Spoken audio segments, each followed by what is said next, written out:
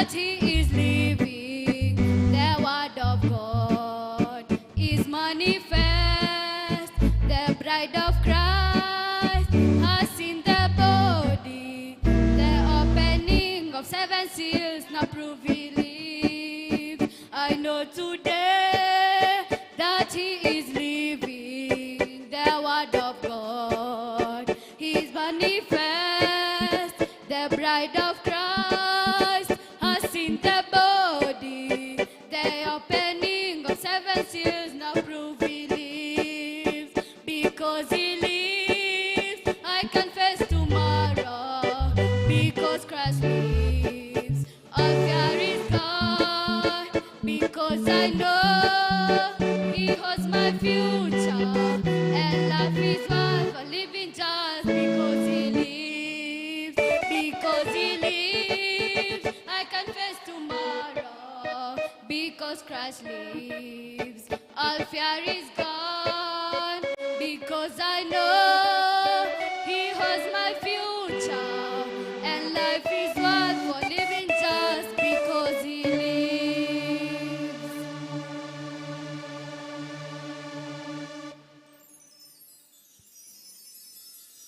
Happy moments we spend together. Now that time has come. Happy moments we spend together. Mrs. Wanjohi, we say goodbye.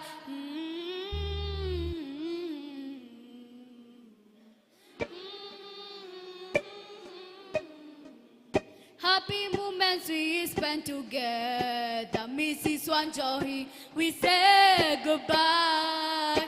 Happy moments we spend together. Now the time has come. Happy moments we spend together. Mr. Barasa, we say goodbye.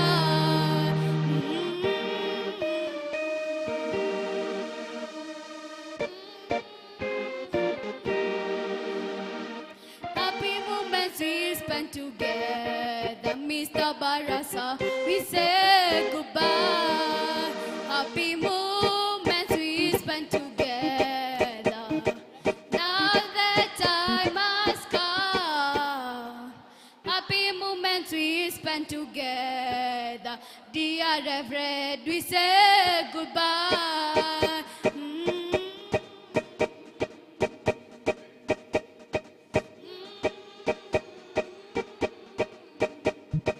Happy moments we spend together. Dear Reverend, we say goodbye.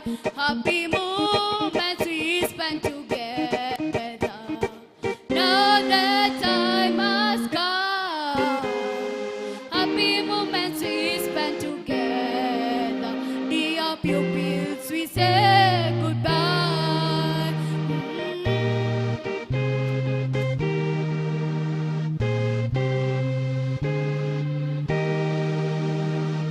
Happy moments we spend together. Dear pupils, we say goodbye.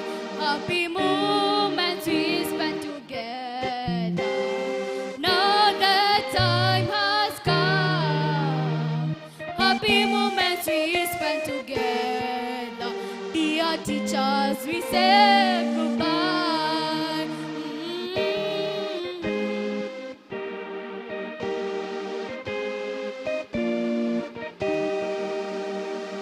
Happy moments we spend together. Dear teachers, we say goodbye.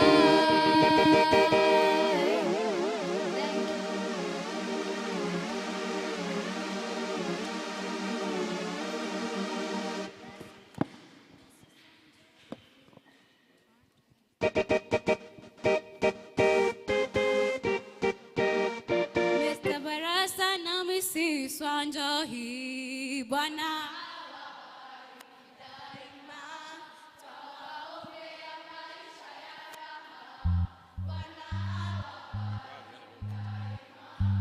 Teacher Paulina, Mr. Robert.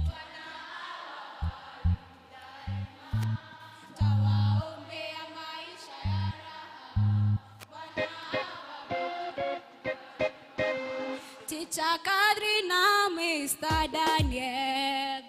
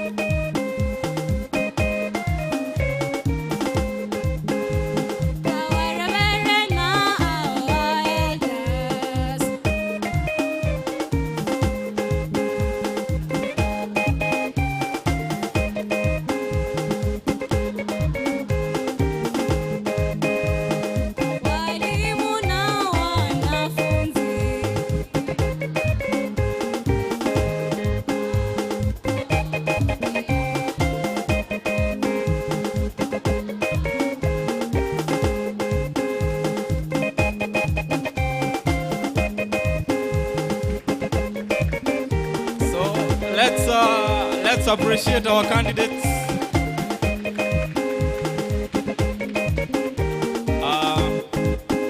Maybe just to put this in that context, as the candidates are saying they'll miss us, we are also going to miss you too.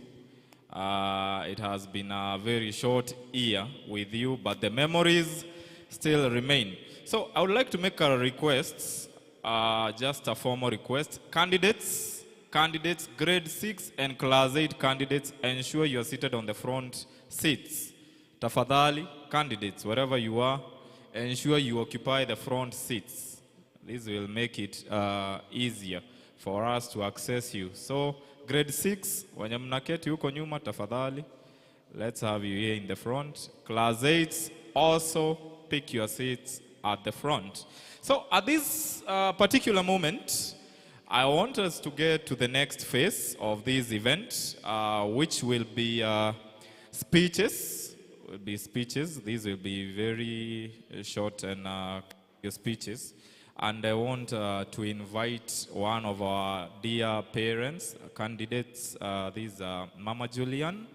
Please welcome. And let's appreciate Mama Julian as she comes to the front. Karibu, karibu. Bwana asifiwe. God is good. And all the time. My name is Shelmith Washu Mushiri. I'm Mama Julian, class 8, and the Lord is my personal savior. I'm saved, and I'm delighted this morning for the goodness of the Lord. This is the day that the Lord has made.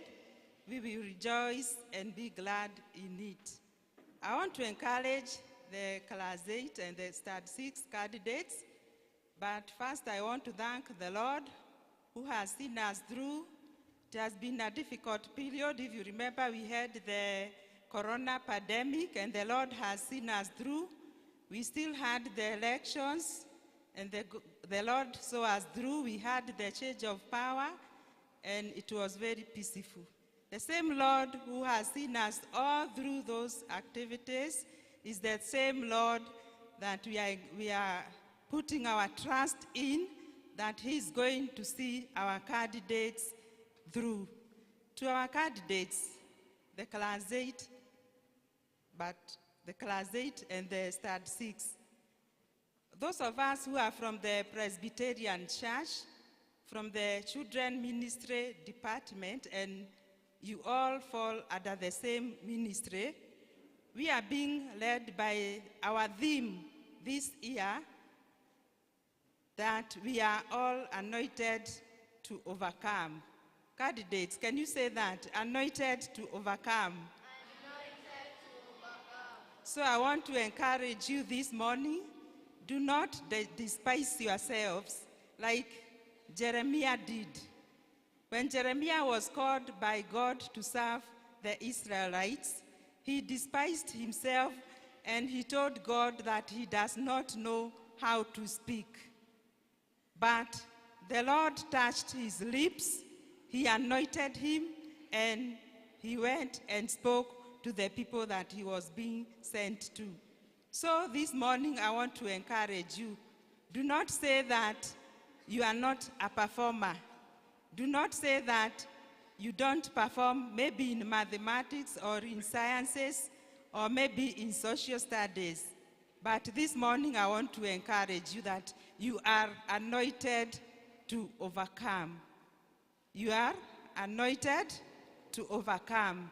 And still from the same book of Jeremiah, when he was called, the Lord told him that even before I formed you in your mother's womb, I knew you.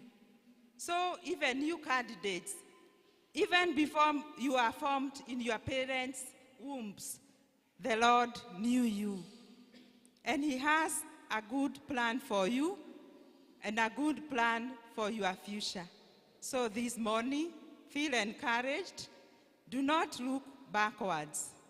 You have come from very far, and I'm very sure, and I'm 100% sure that your teachers have done their best.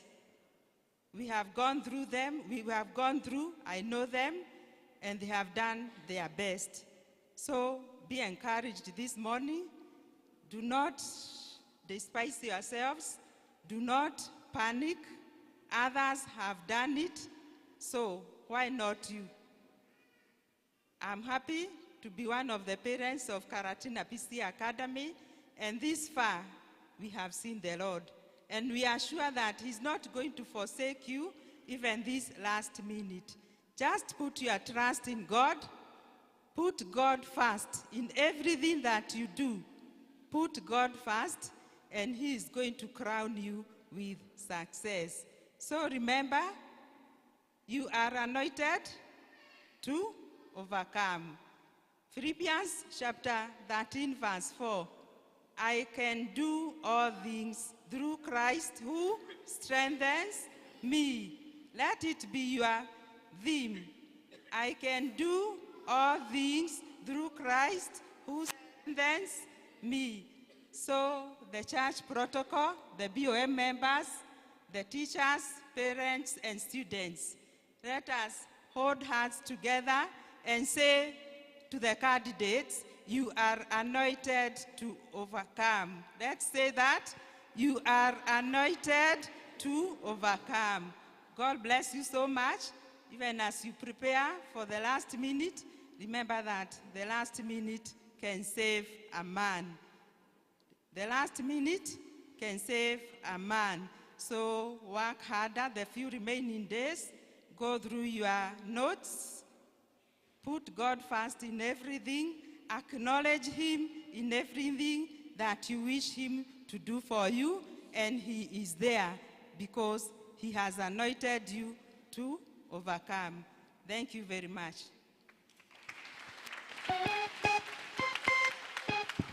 Thank you, Mama Julian. That's a powerful word of encouragement given unto our candidates. And I believe if you follow what has been said, you'll find out that this exam is just but a small beginning. There are yet a lot of things to come, which you are going to conquer in Jesus' name. So at this particular point, I want to maybe speak something small about our candidates. So the class 8 class of 2022 candidates, this was a class which we received back in March with a mean score of 318, which, considering the years, this was a pretty low mean score. So as we received this class, and within the short time that we had, we have managed to work under extreme environmental conditions and all those challenges you can put through. And right now, as we speak, I am proud to say that this is a class which has shown much improvement. And as we speak right now, this is a class which has achieved a mean score of 342. So let's appreciate this class.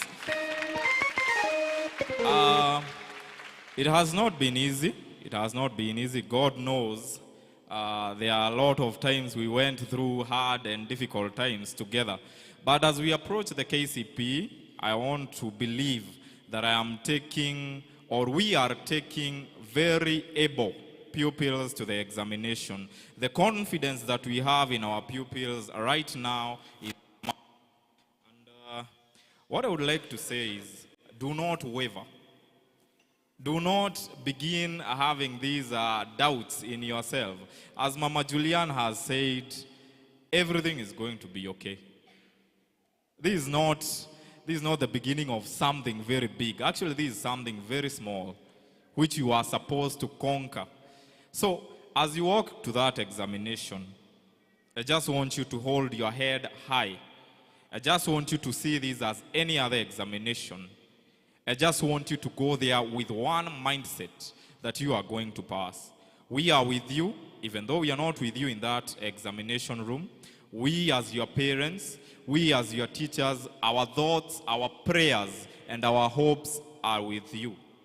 Believe in yourself. As you head to that examination, believe you are more than what you perceive yourself to be.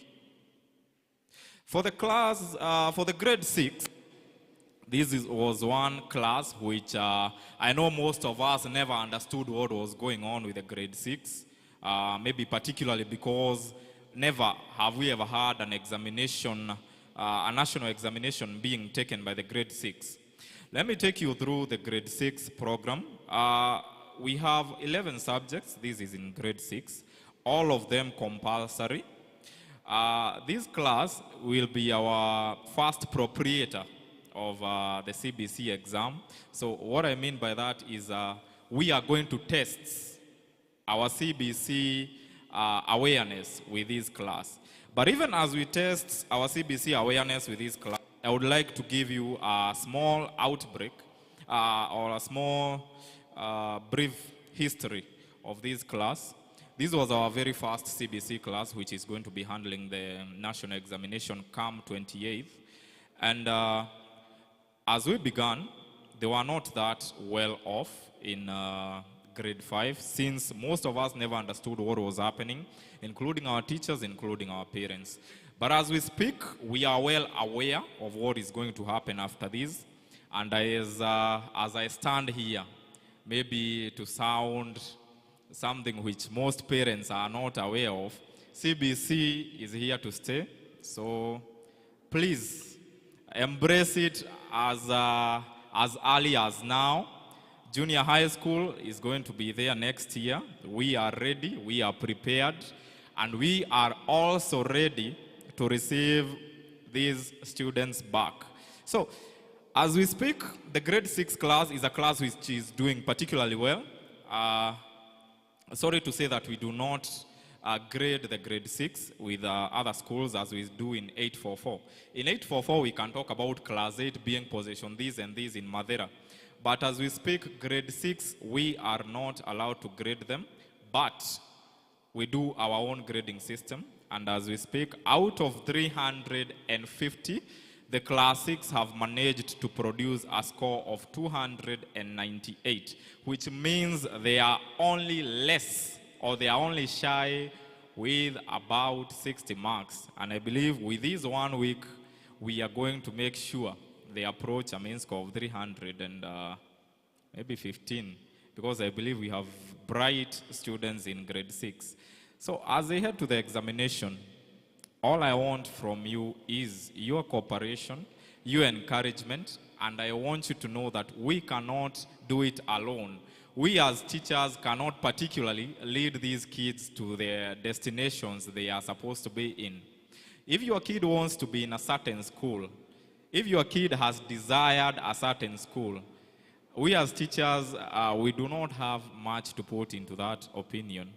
It's between you and your kid. Us is just to guide the kid to arrive at the school he or she wants to.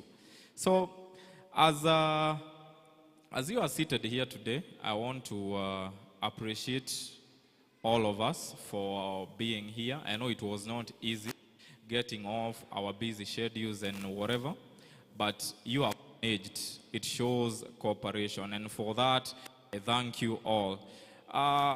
The next thing, maybe as I finish, I just want to recognize some of our members who have been with us, who have been standing with us throughout this particular year, this particular academic year. And I want to begin by appreciating our Reverend Chege. You are a great man. You have been with us, you have stood with us, and for that I appreciate you. For these candidates, our success is going to be based all back to you, what you have taught us and what you have made us believe. So for that, I do appreciate you. Next on, I want to appreciate our board members. Even though most of them are not here, the ones who are present, I want to appreciate you for always being with us, for always enabling our projects to go through. It was not easy, but I do believe with God's grace, we are going to finish this project together. May the Almighty Lord continue keeping you safe and continue granting us these wonderful, wonderful opportunities, and we are going to succeed. To my teachers, wherever you are, feel appreciated, feel acknowledged. This year, as it comes to an end, I know it has been a tough one. It has been a very short year with lots of things to do. For that, I do appreciate you. For that, I do recognize you. For that, I do want to say you have my total confidence and cooperation from my side. With that, I want to welcome my head teacher as she gives her speech. So let's put together our hands as we appreciate Mrs. Wanjohi. Thank you so much. So again, I say thank you to God. I am Mrs. Wanjohi, and on top of that, I'm saved and I love Jesus as my personal savior. I'll stand this far because I have something written so that I do not leave out even a detail. So I want to take this opportunity to thank God for this far, because were it not for him, we would not have come this far. I know we have a history of the pupils we are presenting for KIPSIA and KCPE, and truly it has taken God's hand to this far. Two, I want to take this opportunity again to thank our Reverend. You have done so much for us, even coming at night to pray for them, to know what they are going through. We truly, truly appreciate. You have been there for us, and we don't just take it for granted.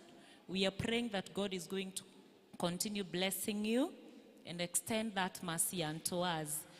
Two, I want to thank our board members. You have not forsaken us, not even once that I have approached you to ask for support in projects and everything, and truly you have not turned me down even once. So receive our special thanks, and may God bless you abundantly. To our elders, you have also been there for us when we wanted our kids guided, when we wanted spiritual support, you were there for us. So may God continue blessing you. To my deputy, he has been there for me. We have supported each other throughout the year in ensuring that everything in the school runs well. So deputy receives special thanks. To my teachers, truly whatever we are appreciating today could not have been were it not for you. So wherever you are, receive special thanks. To our support staff, they have been there for us, preparing meals for us, ensuring the environment is clean, taking our kids home and to school. So receive our special thanks on that side. On the other hand, I have a very important person here, is the parent. I know it has been a very tough year. Na kusema ukweli kuna mahali tumeenda mbio sana, si ndio? So I want to take this opportunity to appreciate you for your support, be it financial, be it morally, be it whatever it is. We really, really appreciate. And we are saying that may God bless you abundantly and may He continue providing for you. I cannot forget our pupils. I must appreciate them. They have not given us trouble throughout the year. They have been good boys and girls. Although we cannot miss a few things, though not very serious one. So we also appreciate for giving us pupils who are obedient, who are ready to work. Because as I stand here today, I am a proud head teacher, having in mind that all the kids you gave me have all succeeded. Can you appreciate them with a clap? So there is no child that I'm sending home today without good results. So that's something else that I really appreciate and I truly thank God for. So I have a few areas that I want us to go through together. We are closing school today. Apart from the candidates, the grade 6 and the standard 8, the rest are closing the school today officially. And I must say proudly that if you get a look at their report forms, you're going to get very good results from them. I've not seen very many who have dropped apart from 1 or 2. So that is very good of you pupils. It has been a very tough year. And parents, I must tell you that we are truly doing good. We have seen our class 7 and our class 8 featuring position 1 in Matera. Can we appreciate them? Yes, that is very wonderful of you, finding you in one subject, your position 1 in Matera, position 2, position 3, class-wise position 4. I thank God for that. So I'm proud this morning to say that God has taken us well. So in terms of performance, we are proud. And I'm promising you parents that for the rest of those we are going to be left with the grade 6 and the class 8, we are going to really give them the best for the remaining time to ensure that they all do very well and they make us proud. And I know God is going to give us strength to do that. So for our dear candidates, we are still there for you. We have been there for you. All we are wishing you at this point is not to give up.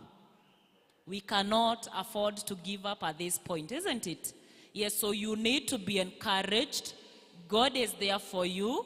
He is going to help you. Amen? Yes, so you should not fear because God is going to walk with you. He is going to help you in everything, Tabitha, isn't it? Yes, so we are wishing you the very best. And we are praying that may God give you remembrance that comes from Him to fight the spirit of confusion in anything and to fight fear for you, isn't it? Yes, and we are going to keep preparing you to make you ready. So with our parents, as we close the school today, on 18th, we are going to open for the borders on 24th January. So the kids are going to be away for 2 months. So this is a time that we cannot afford to let our kids just be. It's a time we need to monitor them because they have left school fully loaded. It will be very unfortunate come January when they come to school formatted. Kindly, dear parents, monitor these kids for us to ensure that whatever we have loaded them with in terms of academics, it is going to remain in their heads until we open. Because we have been having challenges where kids open school and you take so long to remind them what they have been doing in their previous classes. That is why I am requesting every parent from playgroup all the way to grade 5 and then 7. As you live here, we have prepared holiday homeworks for these kids. Kindly parents, do not take it just like that. They are going to help them go through what they have been learning throughout the year. So all kids deserve a book we have ordered for them. So from here, the first item you'll ask your child to give you is the holiday homework book. Kindly monitor what they will be doing with those books to ensure that they revise and revise well. We are not telling them to be on books the whole day. Set some time for them to do books, some time to do the house duties, some time to go to church, and also some time with the family because you also need them. Guide them and counsel them because they have been with us. Some of them have been that way because of the guidance you have given them and the guidance we have given them. So take them to church every Sunday or every Saturday, depending with where you fellowship, so that they can learn the word of God and they will always be disciplined. So after this, we are going to have the day out for the grade 6 and class 8.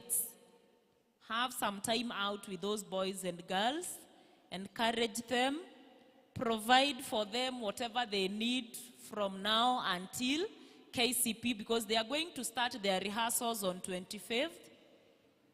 So send them success cards to wish them well.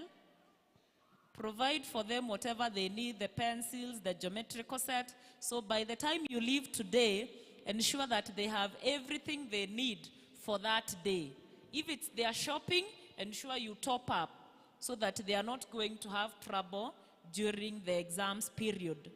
It is also a time that we are not going to welcome visitors. Dear parents, you'll forgive us because you know that is the rule. That once the exams start from 25th all the way to 30th, we are not going to receive any visitor in the school because that is during the exams time. So if you need to come here, kindly contact me. You have your number. If there is something you need to pass to your child, kindly call us so that we do not interfere with the exams. Then we have the leavers party on 30th for both grade 6 and the class 8. So that now as we finish the party in the evening, they will be picked on the next day. That is on 1st of December. I hope we are together there, grade 6 and 8. Good. So from there, ensure as you go with your child today, you have the following. First item, holiday homework book, report book, newsletter. Dear parents, we have always written so much on those newsletters and you barely read them. This time around, have a look at them because all the information or anything we wish to inform you is normally in those newsletters. So kindly parents, go through them, read every line so that you get to understand anything that we require during opening or any day that we expect you in school, be it academic days, be it tours, be it opening or closing and midterm, so that you are up to date and you are able to partake in the school activities. Also, you will be given fee structure. We have gone a good journey with the school fees. I know most of you have cleared and we really appreciate. There are some of you who have not done it and I know you had planned to do it today. So kindly, our office is still open. From here, you can visit the office, do something about it. You'll also be given balances. So kindly do something about that. Then from there, you also have the pocket money. So from here, for the parents of boarders, ask for a statement of pocket money. At times, these kids get sick. And previously, we had been taking advantage of Karidodo Dispensary, which was free of charge. Nowadays, it is not free. They are charging, I don't know, card fee, 70 shillings. So even if they get cold, we rush them there. So you'll find that your child is maybe negative in the pocket record. Kindly clear something to do with that, because we have not let these kids be sick and we fail to take them to the hospital. We dig into the school pocket, so kindly pay up on that so that we avoid the negatives. Also, every other time that we are opening, as a parent of a boarder, ensure that you top up the pocket money. At times, these kids underestimate the things they have in school, and they tell you, I think I have shopping in school, only for them to come after a week and they have no shopping. Of course, we cannot let them suffer. We shop for them. But it would be good that you support that program by ensuring that your child has some pocket money in his or her account. Every money paid to school should be paid through the bank. As you be given the school fee structure, you'll find the bank account there. I want to kind of request those parents who have been making direct deposits to bank. We are highly discouraged to do that because we are not able to trace the transaction. You could be home and telling me, Mwalimu, I have paid, but I have no way to see that transaction. So kindly use either the equity agent or the bank and have a slip for that payment that you have made. Also for pay bill, we have been coming across parents who pay via the pay bill, and then where you have the account number, instead of writing your child's name and class, you write our equity number. So the amount goes again directly to the bank. Kindly, where we have the pay bill, account number should be your child's name and class, so that we are able to record your transaction immediately you pay, so that we do not inconvenience your child when you have already paid. So I hope you're taking note on that. We also have the slow transition of changing the school uniform, and we displayed it last week. It's also good we get to display. Those in new school uniform, kindly come forward. A few boarders. Mark, come forward, and Shanila and Tabitha. Those ones in the old uniform, can I have two? Two. Ravil, come very fast. One girl. One girl in the old school uniform. One girl, yes, come. So we are transiting story by story to ensure that our kids have also transited. Where is the girl? Oh, you're here, good. Initially we had this for both boys and girls. The girl was that way and the boy was this way. And we were ashamed when we were associated with the prison. So we want to move away from prison, and now we are here. So this is our school uniform, the new one. It used to be our borders Saturday best. So we have made it our now official school uniform. So our girls are also going to be in white socks in preparation to high school to ensure that they are very, very, very clean, isn't it? Yes, appreciate them with a clap. So thank you very much, parents, for your support. We are also moving to a time when boys wear shorts to trousers, isn't it? Yes, especially during the cold weather, I feel pity for them when I see boys in shorts and leg warmers. So they are now not going to suffer anymore from cold. So support your child. If you look at the new dress, you'll also find that the material is harder. So once you buy that dress, it will take you for more years than the other one. So we now introduce our new Saturday best for our borders. Those ones coming next year. We have maroon sweaters for both boys and girls. Long-sleeved shirts for both boys and girls. So blouses, long-sleeved for girls. Long-sleeved white for boys. Trousers for boys. Also, gray. Light gray. We have two grays. We have the darker one and the light one.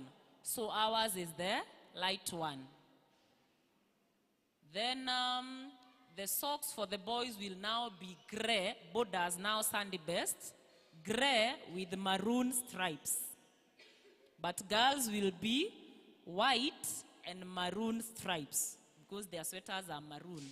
So they're also going to have the sleeveless on days when they are going out. So they will have the full sweater and the sleeveless. That information is also there in your newsletter. The boarders will not have dresses for Sunday, but instead they will have skirts.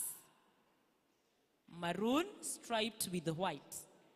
Our uniform will be available at Ushidi Uniforms. In your newsletter, we have also put the telephone number for Ushidi Uniforms there. So no one will tell us from Nairobi, I am not able to get the uniform in Nairobi. So if you want to get the right shade, you go to Ushidi Uniform, you'll get it from there. And everything else is properly described in the newsletter. So ensure you go through that. From there, we are now stabilizing to normal terms. Because like this term, last term, and the other term, we had very short terms. Some as short as 8 weeks. And therefore, for transport, we had to count the transport in terms of weeks to ensure that we are both at par, both the parents and the kids. But from now henceforth, as we resume on 25th of January, we are no longer going to count our transport in terms of weeks. It is now purely in terms of per term. Transport term 1, transport term 2, transport term 3. So I hope you are taking that well, because we are now stabilizing so that we are both not inconvenienced with that. We are also ready for junior secondary. Up this building, you are free to visit there, to go see our lab there. Our classes are also there. Our administration block is also well prepared. So we are getting set in terms of furniture, the desk and everything, to have the class that we have the grade 6 ready for next year. We are also having application going on. So if you have a child who is not with us and you'd like him or her to join our grade 7, we are ready for that. Pick an application form from the office and you'll be informed also on the rest as our BOM gives us more information about that. So we are set and we are ready to pick our kids to the next level. So we have everything that it takes to take them to the next level. As you have been entrusting us with your kids, we are also requesting you to continue entrusting us to take them to the higher levels, the grade 7, the grade 8 and 9, and God willing, 10 and 11. We are praying God to take us to those far levels. So with that, I want to end things there. I know there is not a day for too many details, but at least I had to mention a few so that you're not stranded in the course of the term as we resume next term. So as the boarders leave, kindly I do not expect you to be coming late by 6, 6:30. Tafadhali msichelewe sana, lakini tukichelewa sana tutaongeza masaa kidogo. Lakini tusifikishe 6, si ndio? Wazazi? Because I know like the girls have to do their hair. The boys are nice, we did them for you, they are smart. But the girls need something done on their heads. So we are going to say at most, if you are very late, kindly be here by 6 so that you are also able to travel to your places. So I wish you all the best. I wish you God's blessings. It is my prayer of faith that is God is going to bless all of us. God is going to meet us at our point of needs so that we are going to become better parents and better teachers, and we are promising to give you the very best of services in terms of education, in terms of molding our kids to produce the very best. May God bless you and have a wonderful day. God bless you. Thank you so much. Thank you so much, our head teacher, Mrs. Wanjohi. At this particular time, I want to welcome a member of the board to come and give a speech. Let's welcome Elder Morag. Thank you so much. Our today's MC, may God bless you. Praise God. Bwana asifiwe. God is good. And all the time.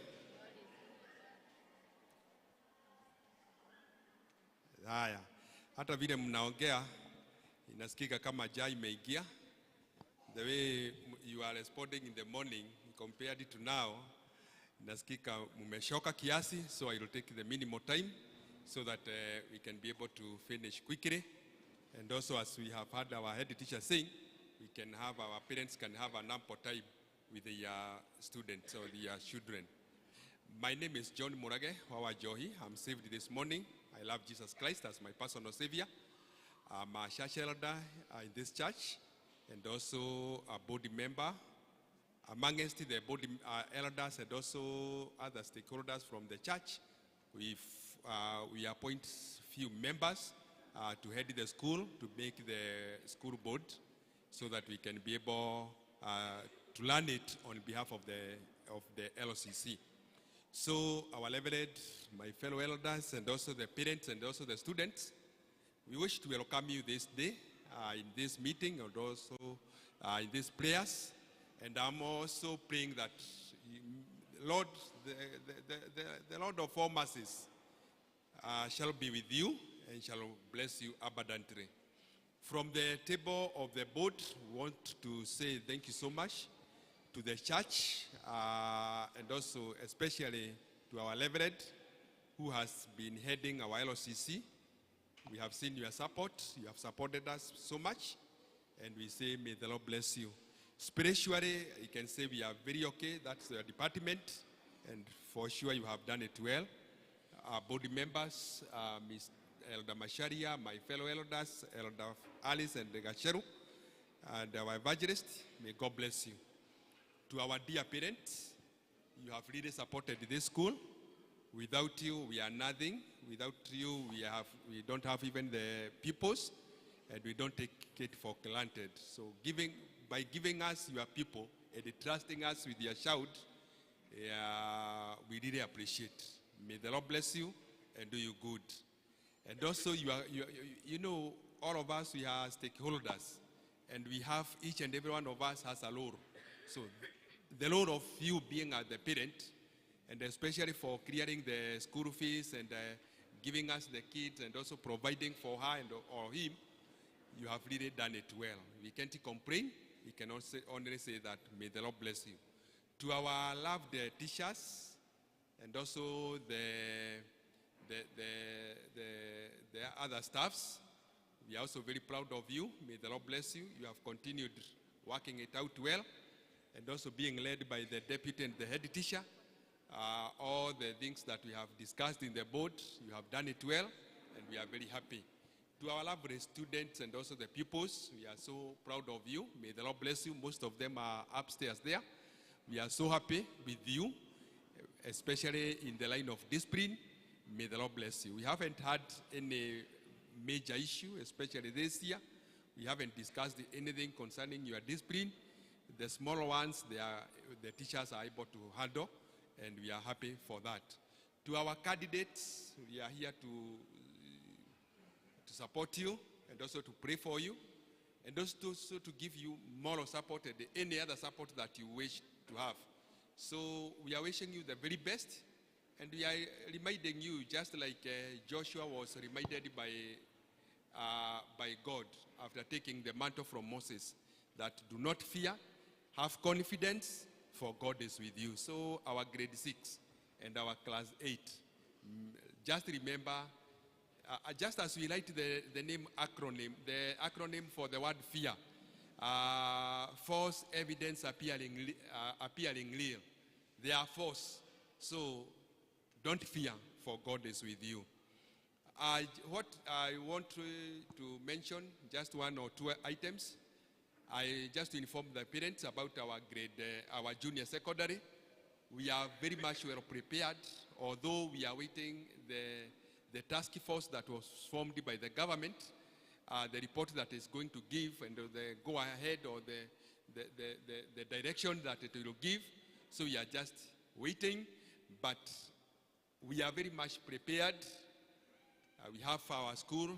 We have been accredited by the Ministry of Education. We have the laboratory. We have the Department of Junior Secondary, totally different from the primary section. So we are requesting you kindly trust us with your children so that we can take care of them in the junior secondary. The other things that we are not yet, we are discussing as the board and also as the church, and we trust God is going to see us through as we wait for the direction. About the transport, the head teacher has mentioned about it. Now we are stable for the day scholars. We have the bus and the 2 Nissans. We are well equipped, and we are praying God that is going to do us favor. So nothing big that we have. We are just welcoming you today, and we are telling you to feel free also to ask us any question. We have the Facebook pages, we have the academy line, the head teacher line, our chairperson's line. Just never fear to call us, even our reverend, also coming to him directly and asking any question that might be disturbing you. We are very free, we are very open to each and every one of you. The other thing that is, I want just to comment, that is about the church. This is now about the church. In conjunction with our men's group, we call it PCMF, we have the rite of passage. You know, after class 8, the retro boys, they know there is another level that they go. So we are having that rite of passage from the 3rd to 14th December. That means it's almost 2 weeks. We shall have it here. The Ministry of Health is coming to inspect our rooms so that we can be given the go-ahead. And we have our own doctors who operate them. We have our own staffs who stay with those kids, and we feed them well. So we are welcome to bring your child, also to commit another boy outside there to our camp. We are charging only 7,000. That is including the registration. So you can see our secretary, the church secretary, any time of the day. So may God bless you and do you good. Thank you very much.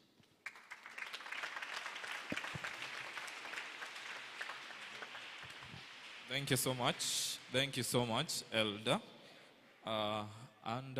With that marks the end of our speeches. So I would like us only to do one simple task. Let's all rise up. Tafadhali tusimame. Let's all rise up. And as we are standing like that, I want us to welcome Teacher Esther with our praise team as we go through a few praise songs. So Teacher Esther, come and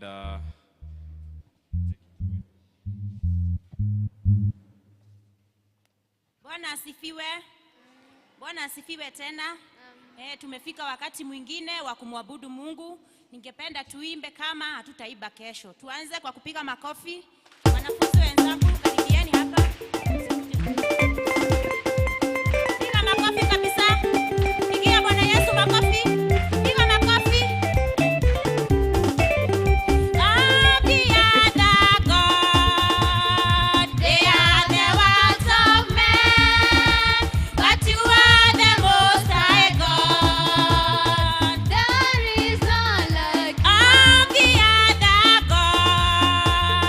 They are the words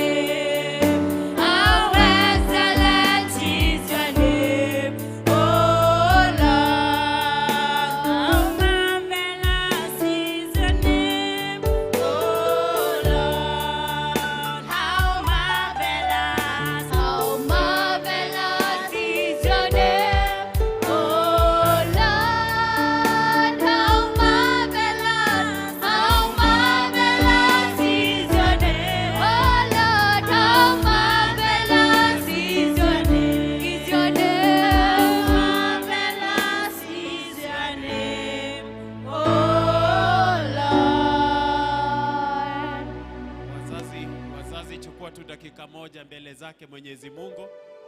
Just tell God something to do with our children today. Just make a prayer this morning. Commit your child before the Lord. Just tell God thank you for the fact that He has brought us. Just acknowledge His goodness and His mercies upon our lives. It is good you thank God because of such an opportunity that He has given upon us. We have a reason to thank our God for the fact that He has brought us. Even from the time that we started this term to where we are this particular day, we have all the reason to tell God thank you for His care, for His protection, for His provision, for many other blessings that He has bestowed upon us and He has given upon our families. We have a reason to tell our God thank you. The prayer that we are making such a time and moment, it is not waste of time. Our God is ready to hear us and even to answer us and even to give the desires of our hearts. Let us pray together. Our God and our Father, through the name of our Lord Jesus Christ, we are humbled before your throne of mercy this morning. We are grateful for this new day that you gave us, our dear Father. And thank you for the way you have been with us from the time that we came in this sanctuary, our dear Father, so that we may dedicate our children to you. Father, how we pray that you may be with us. You may give us a good, wonderful time, and especially to hear your word, our dear Lord. Use me as a vessel of honor as I bring forth your word, O God, to your people. Be together with us and lead us and bless us. Thank you, Father, for our children, for the Father that you have brought them. It is not by might, it is not by power, it is by your Spirit, our dear Father. And that is where we are happy because of this particular time. Be with us once again and bless us. This is our prayer of faith. In Jesus' name we pray. Amen. Tuseme amen. Amen. Tunaweza keti wazazi na hata wanafunzi. May we have our seats.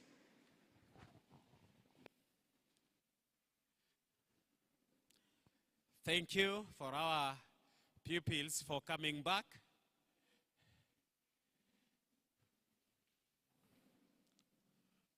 Walikuwa wameenda kuanua nguo zao kwa sababu kunaonekana kunaweza nyesha. Ninataka kuchukua fursa hii niweze kuwasalimu nyote na salamu za upendo wa Yesu Kristo. Bwana Yesu asifiwe. Wazazi, Bwana Yesu asifiwe. Praise the name of the Lord. Just wave at me. God is good and all the time. Yes, and that is His nature. Wow. It is good I introduce myself because maybe a good number of you, we have never met.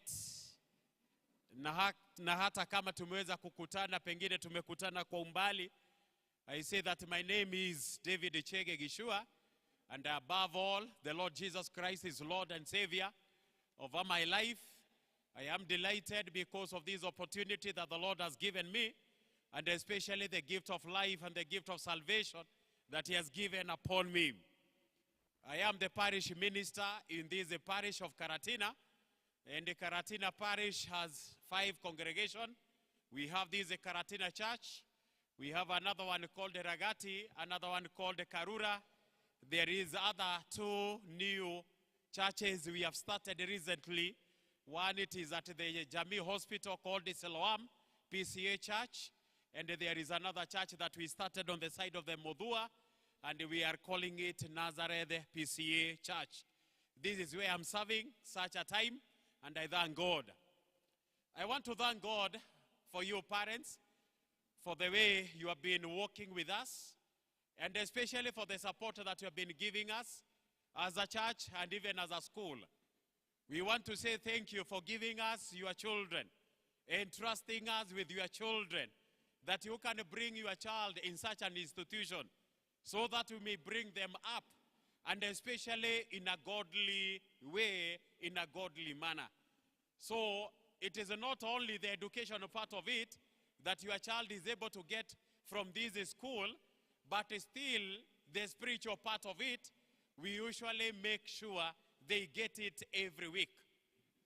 Every week we have services here in this sanctuary, and still even in their classes, we have the spiritual part of it, that we ensure your child is getting it very well.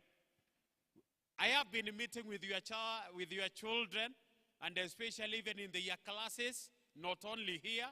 We have been having one-on-one talk. We have discussed so many things to do with the life. We have discussed so many things to do with the drugs and the substance abuse. We have discussed many things even to do with the teenage pregnancy and many other things. We have talked with these dear ones. And I know they are better than the way you brought them. The time that they were joining this school, even the class 8 and even the grade 6, when they will be coming out of this place, they are better than the way you brought them. So I want to say thank you. May the Lord bless you and do you good. Today, because of time, I don't want to take much of time. We are here gathered so that we may dedicate our candidates, and especially the grade 6 and the class 8. And we are here to make a prayer to our God, that he may hear our prayer as we commit them before him. And we dedicate them and we request our God to be with them, to go with them when they will be doing that exam, when they will be starting the first paper to the last paper. We are just here to tell God to see through our children.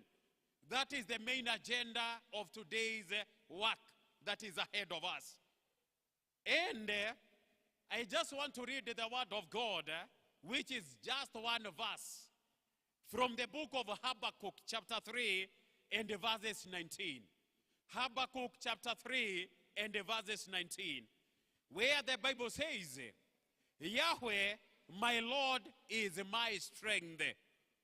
He makes my feet like those of deer. I wish our watoto wanaweza ambiwa nyamaze tu hapa kidogo. Yahweh, my Lord, is my strength. He makes my feet like those of deer, and enable me to walk on mountain heights.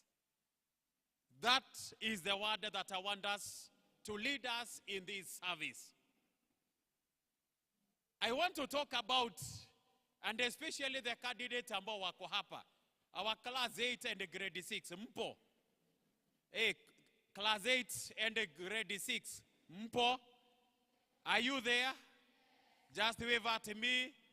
God is good. And all the time. Are you ready for the exams? Are you ready for the exam? Ebu jua sisikie venye unasema. Are you ready for the exam? Are you afraid? You are not afraid.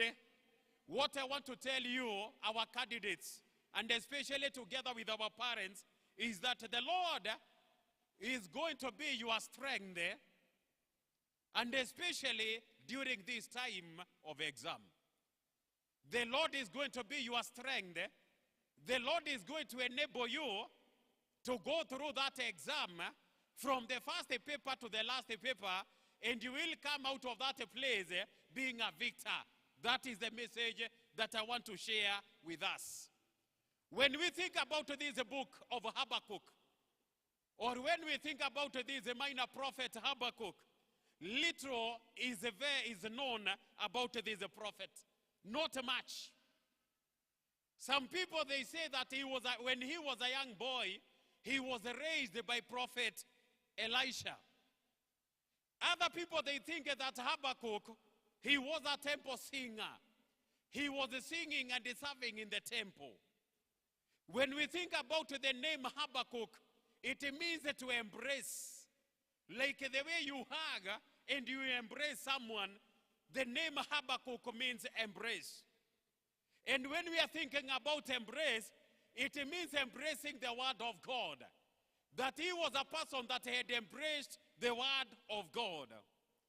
When we are thinking about this book of Habakkuk, it was during the time the children of Israel, they had sinned against God. And God was so angry with the children of Israel. And he had planned that these people, they were to be taken to captivity. They were to be taken to Babylon. And they were to stay in Babylon for around 70 years. And being in Babylon or being in captivity, it is not an easy thing. Being in captivity, it is the time that these people, they were to suffer. These people, they were to be rejected. These people, they were to be fought. These people, they were lacking peace. These people, they were to lack even the other basic things that we can think about. Being in captivity, it was not an easy thing. But the good thing from where we have read, because I don't want to talk about the other chapters, but from where we have read, God is still in the same book of Habakkuk, the last chapter, God had a message of hope. And from where we have read, he is telling the children of Israel that I, the sovereign Lord, even if you are going to be taken to that captivity, even if you are going to suffer, even if you are going to pass through challenges here and there, he told the children of Israel, I am the sovereign Lord, and I am going to be your strength.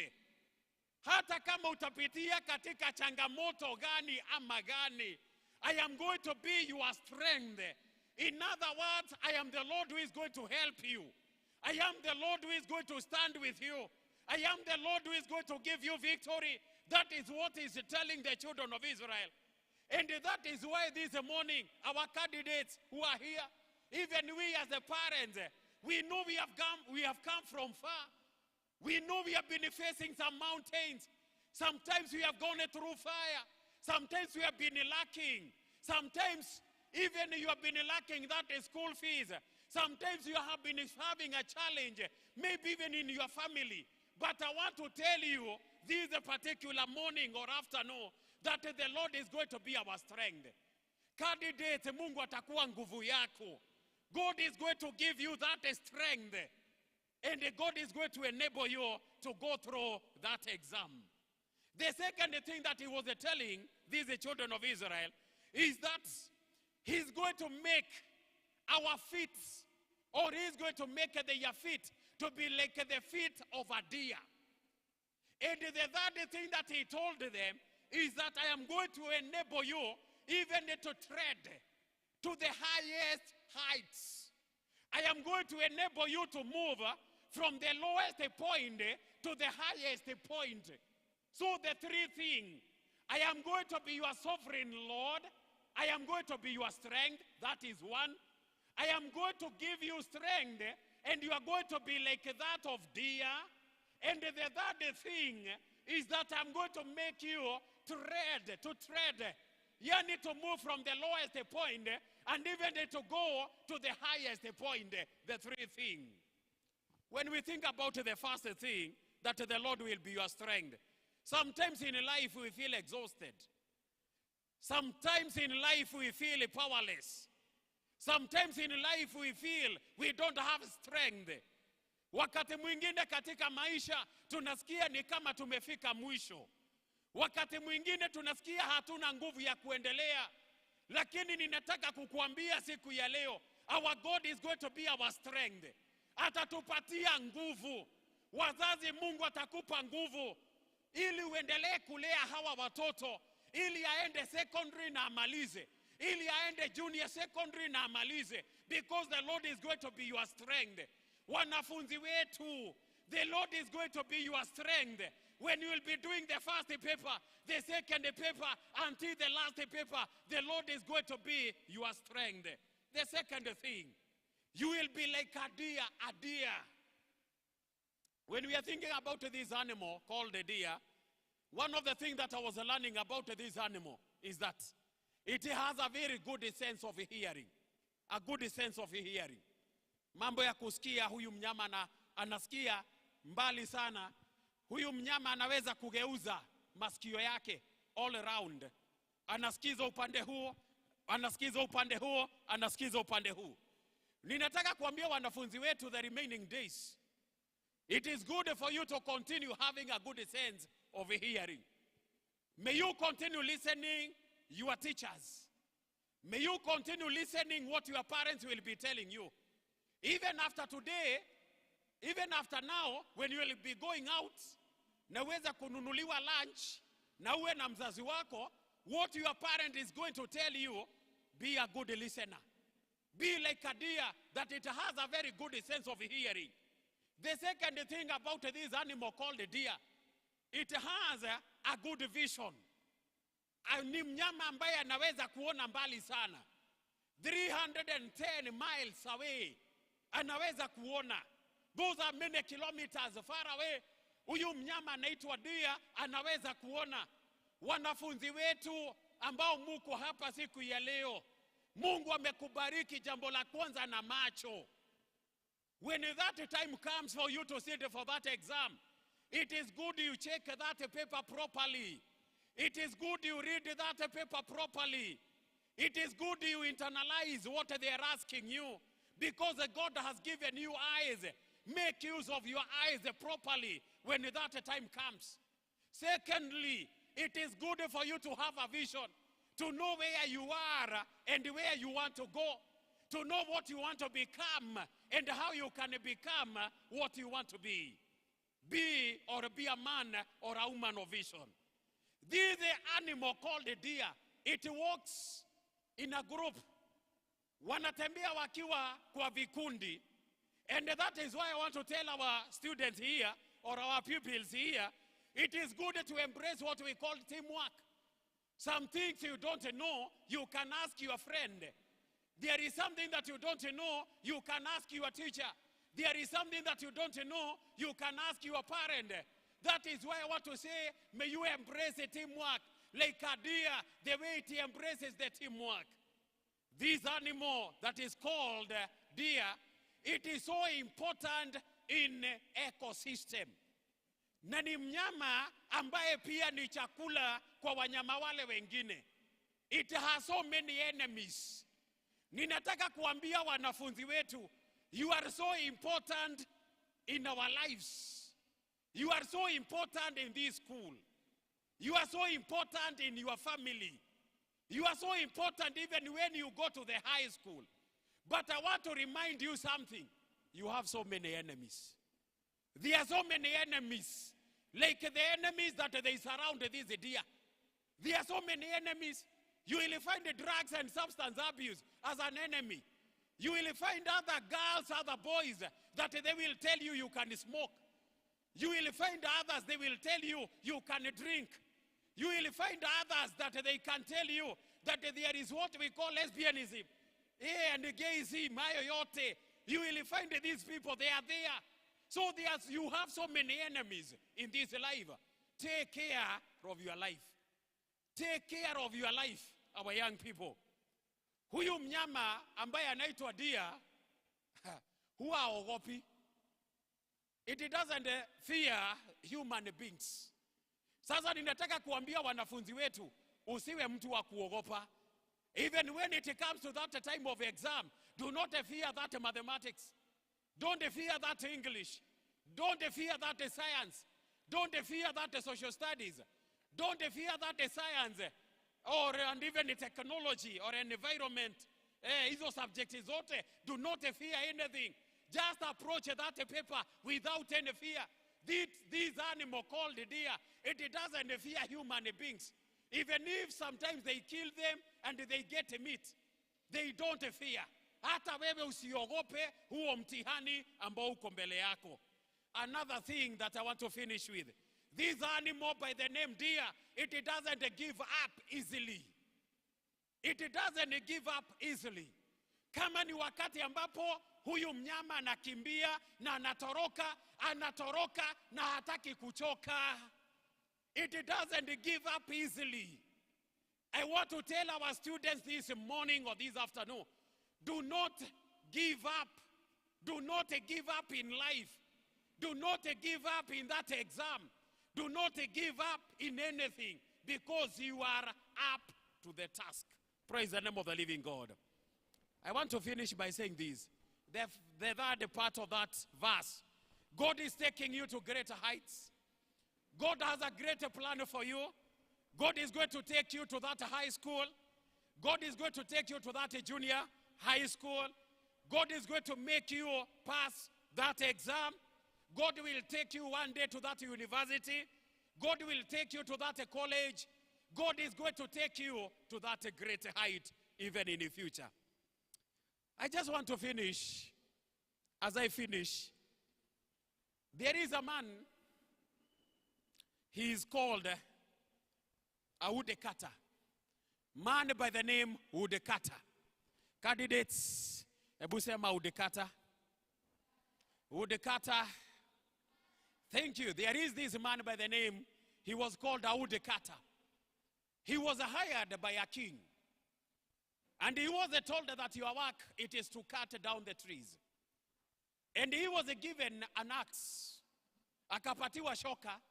Na akaambiwa ninataka uweze kukata miti. And in the 1 month, he was able to cut around 18 trees. Na akaweza kuangusha, na akaweza kupasua. The following month, huyu woodcutter, he was able to cut around 15 trees. Ninataka uone ametoka 18, ameenda 15. The third month, aliweza kukata 12 of them. So the king akaenda kwake akamuuliza, why is your production going down? You started with 18, you ended to 15, and now we are talking about 12. And this man told the king, I think I am getting old. And I think maybe I'm tired. But the king asked this man, when did you last sharpen your axe? Hivyo ndio alimuuliza. When did you last sharpen your axe? And this man remembered, surely for all those 3 months, sijaweza kutia makali shoka langu. Sijaweza hata kidogo. And I want to tell you, when this man went and sharpened his axe, he was able even to do even better than even the first time that he was able to cut the 18 of them. Ninataka kuambia wanafunzi wetu siku ya leo that do not give up even when it comes that you did not do well even in the past exam or even in the previous exams. What I want to tell you, you just require another. You sharpen that axe of yours. You try now to go and redouble your efforts. Remaining days, the remaining days, can you go and sharpen your axe? Can you go and put your best leg forward? Can you go and burn that midnight oil the remaining days? And you are going to find yourself even getting better results than you have ever even gotten that earlier. This man got the best results than what he had received even earlier. I want to tell our students or our pupils today, never give up in this life. Never stop trying and trying and trying. There is a man by the name Halad Sada. This Halad Sada, he was so much disappointed one day. Because of the number, okay, he loved cooking. That is something that I want us to learn. He loved cooking so much. Na kaona ni vizuri, at least I go and I start a restaurant, or I need a restaurant in the US. And before you are given a license to have a restaurant, one was supposed to write down a recipe. Unaandika na unapeleka, wanaangalia chakula ambacho utakuwa ukipikia watu. And each and every time that this man was taking that recipe, he was not given a chance to start a restaurant.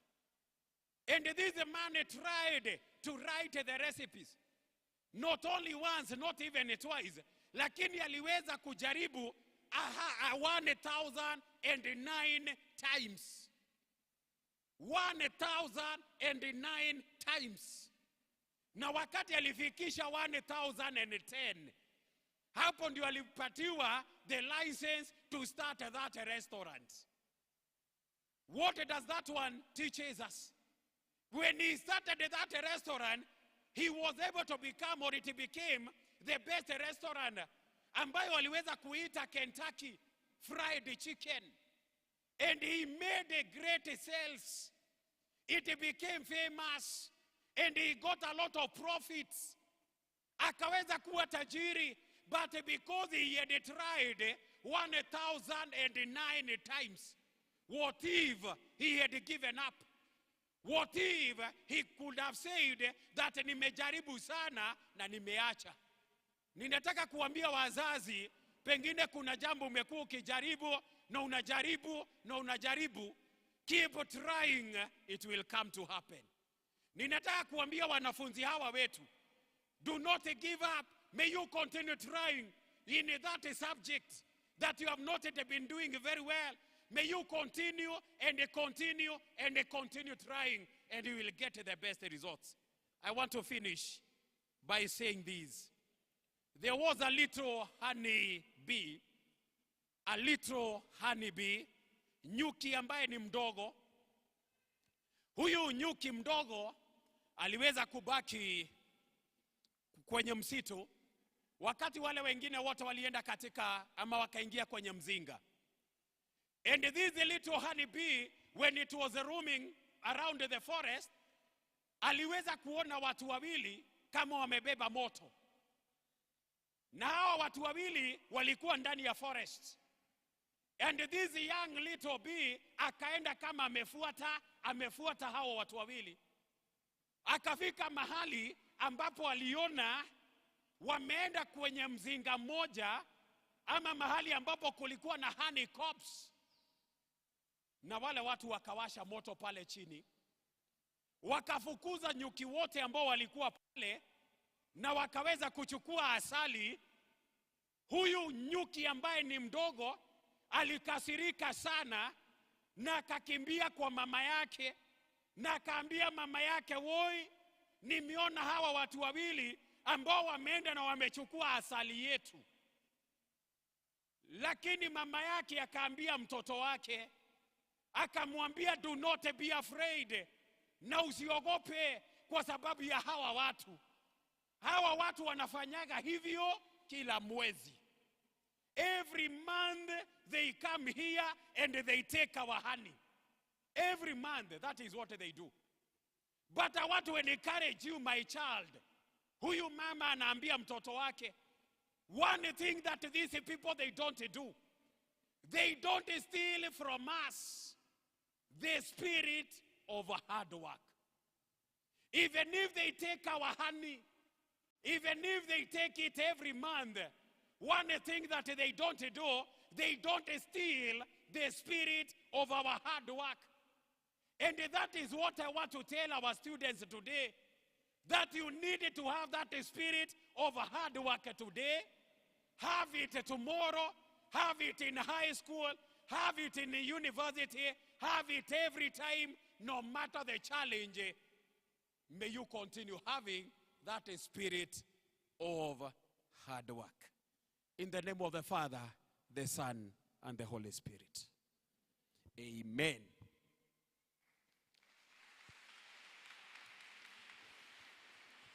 Asante sana.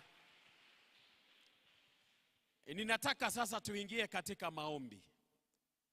And I want to welcome all our candidates. Wacha tuanze na wale class 8 kujeni hapa. Tuondolewe tu hizi vitu hapa zote. Tuondolewe tu hizi microphone.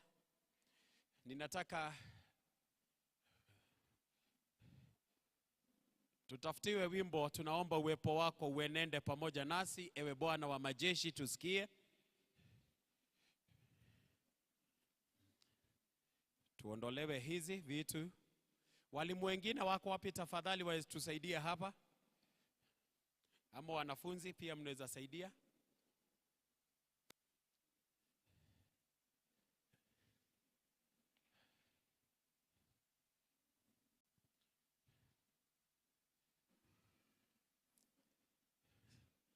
Haya, our candidates class 8. Kujeni tu hapa mbele.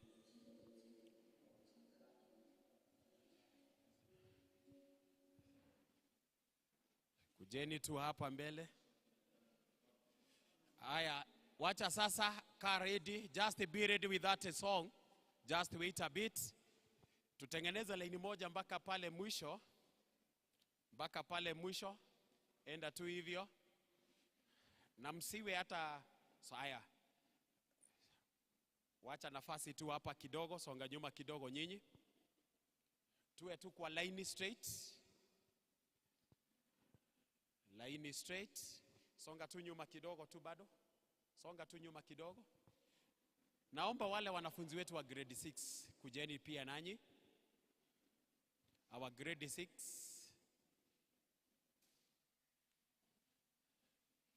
Our grade 6. Hawa ndio wafupi. Hawa wafupi wacha wakuje mbele. Nyinyi rudini nyuma. Hawa wafupi wakuje mbele. Hao wengine waende nyuma. Junyini warefu vizuri. Tutengeneze laini kutoka pale mpaka pale mwisho. Tunaweza tengeneza laini nyingine tusipotoshia hiyo ya kwanza. Class 8 tusonge tu nyuma. Hata ukiweza enda pale chini haina shida. Sio wote, ile laini ya nyuma iende chini. Grade 6 hamjajipanga vizuri nyinyi. Tuwe na laini moja kwanza complete mpaka pale mwisho, alafu sasa hiyo nyingine hapo. Songa tu hivi. Haya, ingia tu hapo. Haya, sawa. Asante. Ninataka kuuliza tu wazazi wakuje hapa mbele. Wazazi ambao umekuja kwa sababu ya mtoto wako, kuja usimame nyuma ya mtoto wako tafadhali. Kuja tu usimame nyuma ya mtoto wako. Wale ambao wako laini ya nyuma ya class 8, hebu songeni nyuma tu tena bado kidogo. Songa nyuma kidogo. Class 8. Class 8, listen to me, wacha kuangalia mzazi, songa tu nyuma kidogo. Hata nyinyi bado songeni tu nyuma. Juu wazazi ni wengi.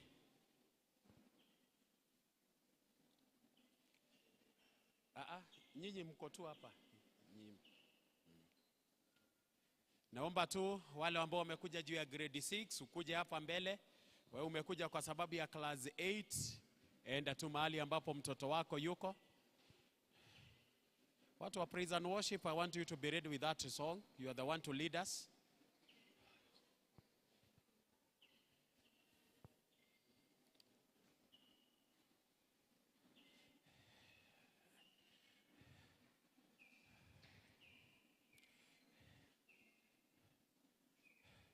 Haya, sijui kama kuna mtoto mzazi wake hajafika. Tuweze kuuliza kama. Haya, ni wangapi hawana mzazi wake hajafika? Wako anaitwaje?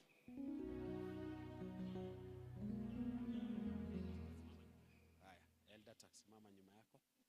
Haya, sawa sawa, kuna mwingine hapa. Haya. Elda. Hebu inua mkono kama mzazi wako hajafika. Enda tu pale ama hapo.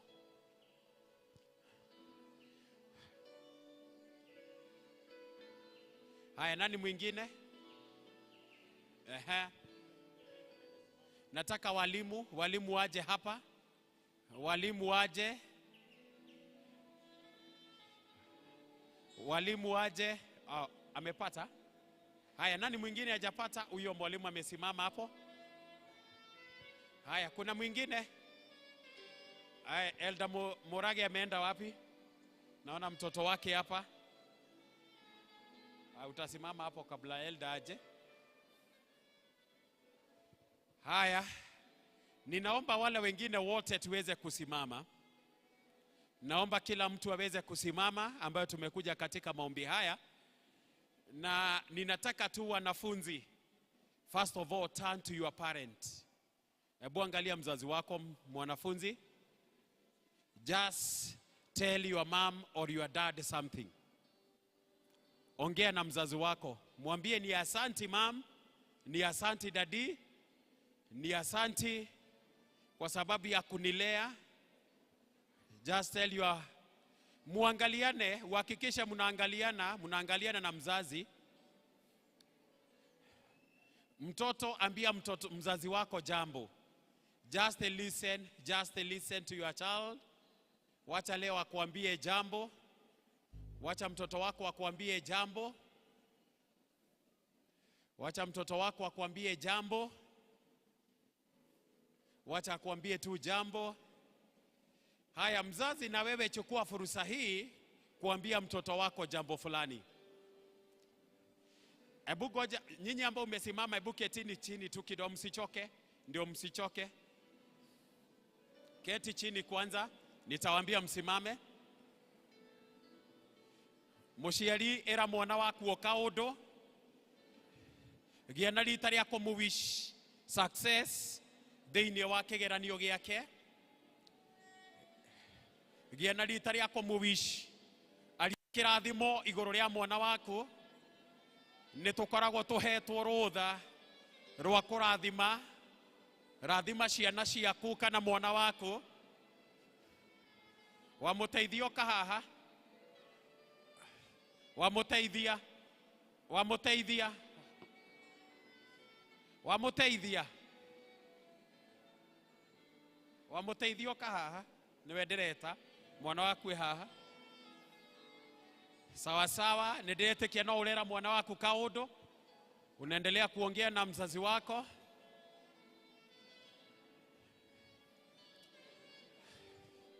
Haya, kanisa sasa tusimame sote ili tuimbe ule wimbo, na muguikara muroranĩtie uguo na mwana waku. Kwa hivyo don't turn, mutakaa hivyo na mtoto wako. Wacheni tupewe huo wimbo. Na tunaimba huo wimbo kwa maombi. Tukiwa katika hali ya maombi, tutakuwa tukiimba huo wimbo. Tutakuwa tukiimba huo wimbo tukiwa katika hali ya maombi. Kama kuna mwingine alikuja kwa sababu ya maombi ya darasa la 6 ama grade 6 na darasa la 8 na muko wawili ama watatu, unaweza kuja tu. Naona tukiwa na nafasi. Si ati hatuna nafasi. Kama kuna mwingine amebaki pale, unaweza kuja tu ili tuweze kushirikiana vizuri. Kwa sababu tumekuja sote katika maombi. Tupewe wimbo tafadhali.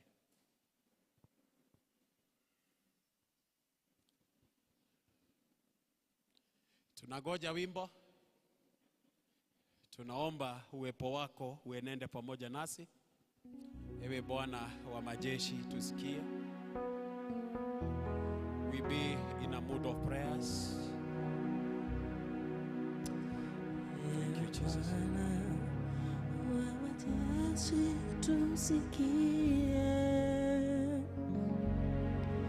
Kama huendi nasi, hatuwezi kutoka hapa. Tunaomba enda nako, uende nasi. Tunaomba uwepo wako uende nasi. Ewe Bwana wa majeshi, tusikie. Kama huendi nasi, hatuwezi kutoka hapa. Tunaomba uwepo wako uende nasi. Tutavua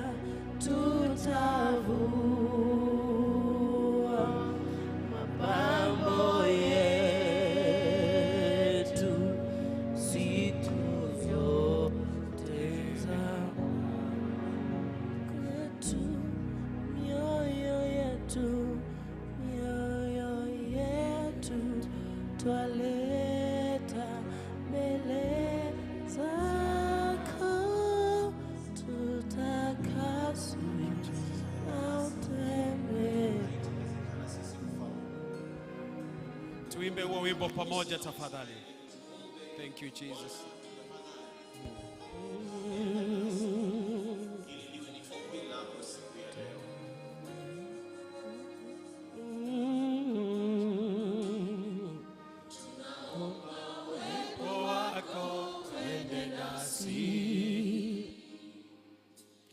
Bwana wa majeshi, tusikie.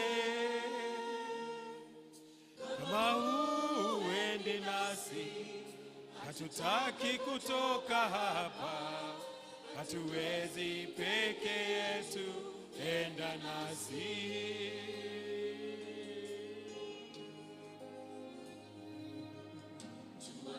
Washingo ngumu tusamehe, mbele yako turehemu, tusafishe Bwana, onyeshe uso wako, tunahitaji neema yako, enda nasi.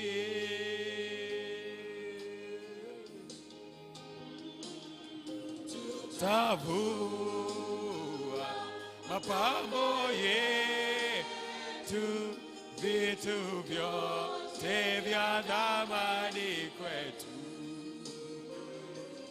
mioyo yetu twaleta mbele zako, tutakaze na utembee nasi.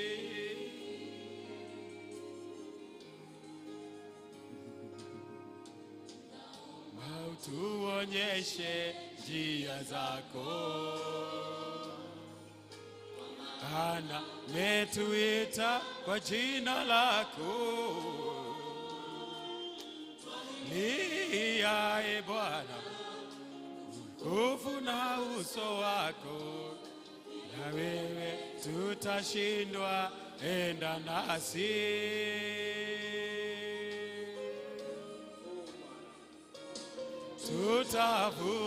Tutavua mapambo yetu, vitu vyote vya thamani kwetu, mioyo yetu twaleta mbele zako, tutakaze na utembee. Ninaomba tu mzazi aanze kuomba na mtoto wake wakati huu. Ndirenda woya kamwekega akawajie kuhoya na mwana waku, muciari ajia kuhoya na mwana waku, muigirire moko, muigirire moko, muigirire moko. Giana rita ria kwaria na Ngai, giana rita ria kwira Ngai o kaundu, igirira mwana waku moko. Start telling God there's something to do with that child. Start telling God, oh, thank you, King of all the glory. We want to worship you, our dear Father. We want to magnify your name. We want to adore you, our dear Father, because of who you are. Thank you, our dear Father, because of this time that you have given upon us, our dear Lord. Nethegyo mwathani ni undu wa ciana ici, nethegyo mwathani ni undu wa rugendo ruria twaranite hamwe nao. We want to thank you because you have been so faithful to them. Thank you, Father, because you have walked with them from the time that they were born, our dear Lord, to this particular time, our dear Father. You have been so gracious to them, our dear Father. You have given them victory in many ways, our dear Lord. And that is why we want to dedicate to them before you, that you are going to remember them, our dear Father, that you are going to walk with them, our dear Lord, in the mighty name of Jesus Christ. Remember these children, our dear Father. You have been so gracious to them, and that is why, our dear Lord, I want to speak a word of blessing upon them. I speak a word of blessing upon their future. I speak a word of blessing upon their life, upon their examination, from the first paper, our dear Lord, to the last paper, our dear Father, that you are going to see them through, that you are going to lead them, our Father. You are going to hold them with your right hand. Victory is your portion, our dear Lord, in the mighty name of Jesus. We come against the spirit of confusion in the mighty name of Jesus. We paralyze every work of the enemy in the mighty name of Jesus. You are going to remember them, our dear Lord. You are going to walk with them because you love them in the name of Jesus Christ. Kumbuka wanafunzi hawa wote tunawakabidhi mikononi mwako ili uweze kuwapatia ushindi, ili uweze in the mighty name of Jesus. Wakumbuke Baba uishie milele, watendee mambo mema kwa sababu unawapenda, kwa sababu una kusudi njema juu ya maisha yao, in the mighty name of Jesus Christ. Wakumbuke siku ya leo, wakumbuke siku ya leo, when they will be doing mathematics, when they will be doing English, when they will be doing Kiswahili, when they will be doing social studies, when they will be doing science, when they will be doing other integrated subjects. Father, may you remember them, may you walk with them, may you remind them each and everything, our dear Father, that they have been taught by their teachers, in the mighty name of Jesus.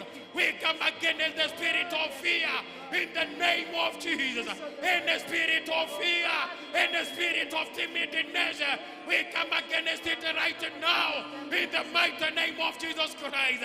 Kumbuka wanafunzi hawa Baba, tunawakabidhi mikononi mwako, tunawakabidhi mikononi mwako, tunawaachilia mikononi mwako, ili uweze kuwatembelea, ili uweze kuwa pamoja na wao, ili uweze kuwashindania, in the mighty name of Jesus Christ.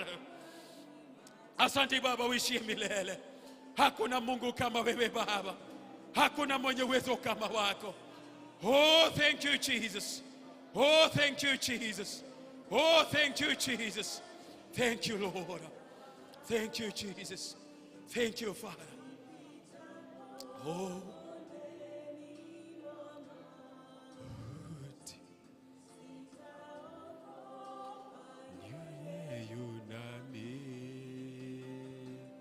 hakika wema nazo fadhili nifuata mimi, nitakaa nyumbani mwa Bwana siku zote za maisha yangu. Hakika wema nazo fadhili zitanifuata mimi, nitakaa nyumbani mwa Bwana siku zote. Wacheni tumalize kwa pamoja. Baba, katika jina la Yesu Kristo, tunakuja mbele ya kiti chako cha enzi adhuhuri hii ya leo, tukilinua jina lako tukisema ni asanti. Ni asanti kwa sababu ya wema wako, kwa sababu ya fadhili zako ambazo zinadumu milele. Ni asanti Baba kwa sababu ulituumba ukiwa na kusudi njema juu ya maisha yetu. Ni asanti Baba kwa sababu ya vipawa vya watoto ambavyo uliweza kuwapa wazazi hawa kutoka wakati ambapo watoto walizaliwa mpaka siku ya leo. Ni asante Baba kwa sababu umekuwa pamoja na wao kutoka wakati ambapo walizaliwa, uliweza kuwaongoza wakati huo na hawakuweza kufariki. Wakati ambapo walianza kukua, ilifika wakati walienda katika shule ya chekechea, uliweza kuwa pamoja na wao Baba uishie milele. Hata wakati ambapo walijiunga na shule ya msingi, uliweza kuwa pamoja na hawa watoto. Tuna kila sababu ya kusema ni asante. Ulikuwa pamoja na wao katika grade 1, ukawa na wao katika grade 2, ukawa na wao katika grade 3 na hata 4 na 5 na hata 6 na hata wale ambao wako class 8. Baba uishie milele. Ni asante kwa sababu umekuwa Mungu pamoja na wao. Umekuwa Emmanueli katika kila hali, katika kila jambo. Tuasema ni asante. Ni asante kwa sababu umewakirimia katika hali tofauti. Umeweza kuwapa chakula, umewapa mavazi, umewapa shule nzuri, umewapa mambo mazuri. Tuasema ni asante siku ya leo. Pokea sifa na hata shukran katika jina la Yesu Kristo. Wakati umefika wa mtihani, na ndiposa siku ya leo we want to dedicate these students onto your able hands, our dear Father. We are calling upon you, God the Father, the Son, and the Holy Spirit, that you may remember these children in a special way, our dear Father. There are those who are in grade 6 and even others in class 8, our dear Lord. and they are awaiting to start that exam, our dear Father. How we call upon your name, the name that is a strong tower, where all the Russians, they run upon it, and they get secured, our dear Father. We are running to you this afternoon, oh God, that you may remember these children, that you may remind them each and everything that they have taught by their teachers. Father, you may give them a good health when they will be doing that exam. That, Father, you are going to give them remembrance, and you are going to stand with him in the mighty name of Jesus Christ. Kumbuka wanafunzi hawa Baba. Wasaidia waandike answers, the right answers, our dear Lord. Enable them, our dear Father, to follow the instructions that they will be given in that examination room, oh God. Enable them, our dear Lord, to excel, our Father. Wakumbuke tu siku ya leo, tunawakabidhi mikononi mwako. Tunanena tu baraka yako juu yao. Tukijua wakifanya mathematics, you will be with them. Wakifanya English, you will be with them. When they will be doing Kiswahili, you will be with them. As they will be doing social studies, CRE, you will be with them. When they will be doing science, you will be with them. When they will be doing art and craft, you will be with them. When they will be doing home science, you will be with them. When they will be doing other integrated exams, you will be with them, our dear Father. Victory is their portion, oh God. Victory is their portion, our dear Father. You are going to give them victory in all ways, our dear Father. Father, we dedicate these children to you. Walk with them. Stay with them. And give them victory. Wakumbuke tu Baba, twakuomba. Uweze kuwatendea mambo mema na uweze kuwabariki. Bariki wazazi hawa kwa sababu ya kazi nzuri na kazi kubwa wamefanya. Endelea kuwatendea mambo mema kwa sababu unawapenda. Chochote ambacho wanahitaji kwa sababu ya watoto hawa. Father, we pray that you are going to continue providing for them. Thank you, King of all the glory. Thank you even because of our school. May you continue blessing it. May you continue taking us to greater heights. Continue remembering us and blessing us. We thank you, Father, for everything. This is our prayer of faith. In Jesus' name we pray. Amen. Tuseme a big amen. Tunaweza keti sisi pale nyuma na kule juu. Mzazi, mwambie tena, victory is your portion. Ambia mtoto wako, victory is your portion. Just assure your child utakuwa ukimuombea. Assure your child utakuwa ukimuombea. Utakuwa ukimkumbuka hizo siku za mitihani. Utakuwa ukimkumbuka. Sawa sawa. We can have our seats. Asante sana. Asante sana.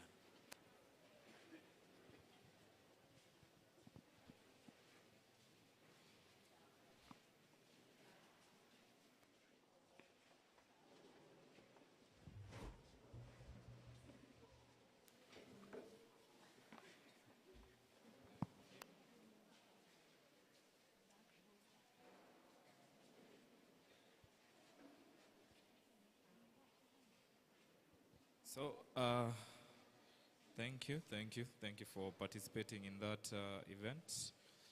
Reverend, thanks so much. At this point, I want to welcome Teacher Jennifer, him, as we offer. So, kuna offering for the sermon, as Jennifer takes us with him.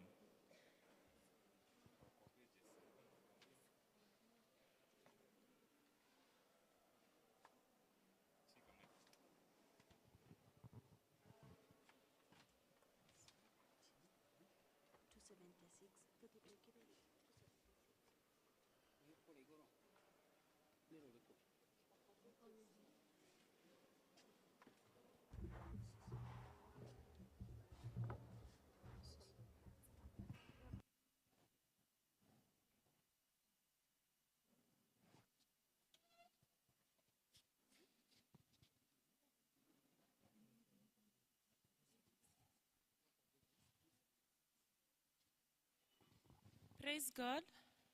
Praise God again. Yes, we had sent you a message. We are coming to the end of the year. This is a year where we have gone through a lot of challenges, and we are going to make a special thanksgiving for our kids, for us, for everything. So we are not doing it as just common offering. It is thanksgiving because of our kids. We present it for blessing. So we are going to start with our kids, candidates, grade 6, then the rest of the kids in the school. We had asked them to come with something for thanksgiving. Karibu sana, let us start with the candidates. Candidates, come forward with your parents for thanksgiving. Come forward. Then grade 6 candidates as well. Then the rest of the kids, the pupils to queue from here. Very good. So we can go on with the song.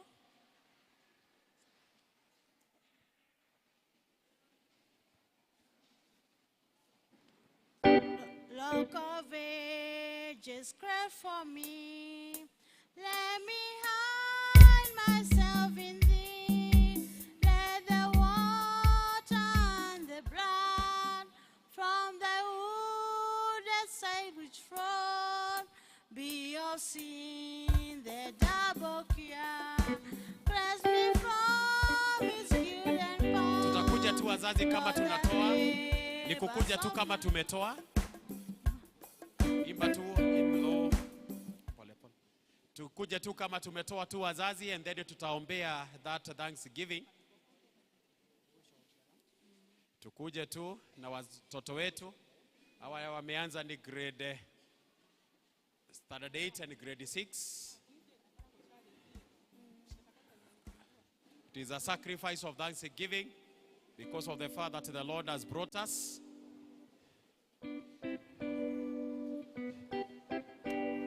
Kama tungepata other baskets, watoto wangetolea kule juu.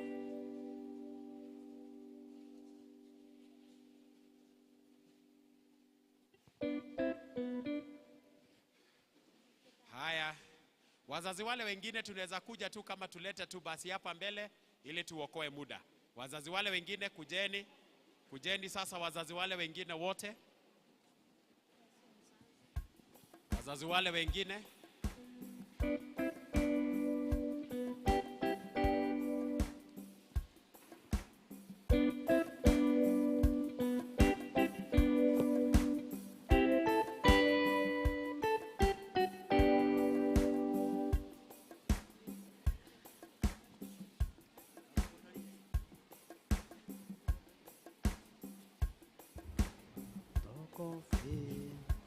Rock of ages, cry for me. Let me hide myself in thee. Let the water and the blood from thy wounded side which flowed be of sin, the double cure. Cleanse me from his guilt and power. Out of labors of my heart, can't fulfill the lusty more. Would my sin no less but more? Would my tears forever flow? All for sin would not atone. Thou must save and thou alone. Nothing in my heart I pray. Secret to the cross I cling. Naked come to thee for grace. Helpless grow to thee for grace. For I to the fountain fly. Wash me, Savior, oh I know. Asante sana. Asante. Watoto tutulie kule juu. Watoto tutulie. Just come. Come with it. Kanisa tusimame tu dakika moja so that we may bless this offering. Tutulie tu, tutulie. Let us pray. Our God and our Father, we come before your throne of mercy. Thank you for such a wonderful moment you have given us, and especially the moment to give in your house. Through many blessings that you have bestowed upon us in different places, different areas. And thank you, Father, through those blessings we have gotten something to bring in your sanctuary. How we pray this morning that you may remember this offering, that you may cleanse it, this offering of thanksgiving, because of the work that it will go and do in your service, O God. Once again, our dear Father, we want to commit our parents and each and every person who has given, even our children. We pray that you may bless them, our dear Father. Remember their source of income, in that place of employment, in that business, in that farming. May you bless the work of their hands. May you be blessing them as they go out, as they come in. May you remove each and every devourer in their lives, in their families, in their bodies, our dear Father. May you remember them and do us good. Be with us and walk with us. This is our prayer of faith. In Jesus' name we pray. Amen. May we have our seats.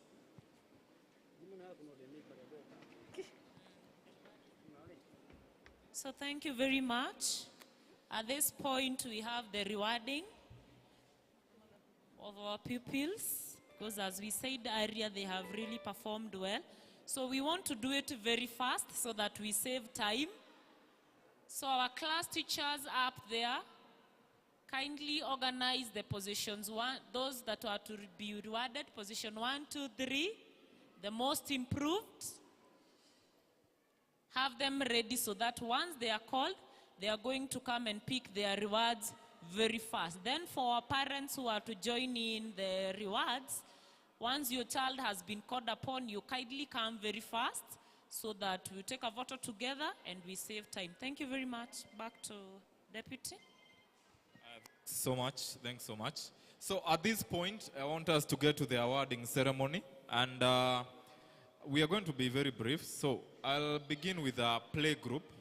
In play group, from play group to PP2, as you already know, we do not grade them, but we award for the most outstanding player, most outstanding pupil in the class. So in PP1, I'll just... in play group 1, we are going to have Kylie. Kylie, play group. The class teacher.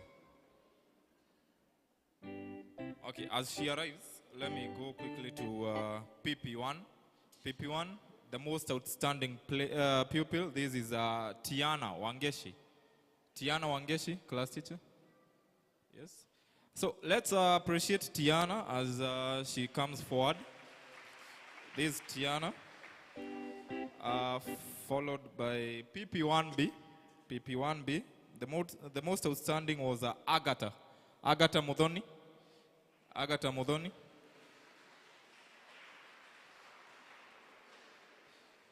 PP2, we have the most outstanding, Brita Wamboi. Brita Wamboi. I don't think she's here. So, moving on to PP2. Yes, she's here. Brita. Okay. Followed by Blessing Dogori in PP2A. Blessing Dogori. Blessing Dogori. Yeah. So, for the awarding, I want Elder Morage. Please take this moment to award these outstanding pupils. We have Brita and mzazi wa Agatha. Agatha? If she's not here, maybe you can have the class teacher. Class teacher, Agatha.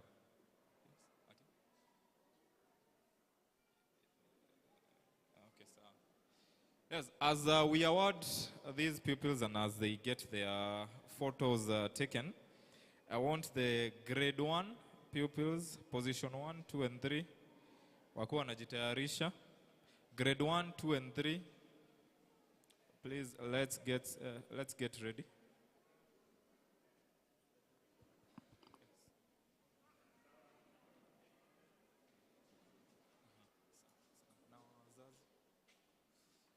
Okay.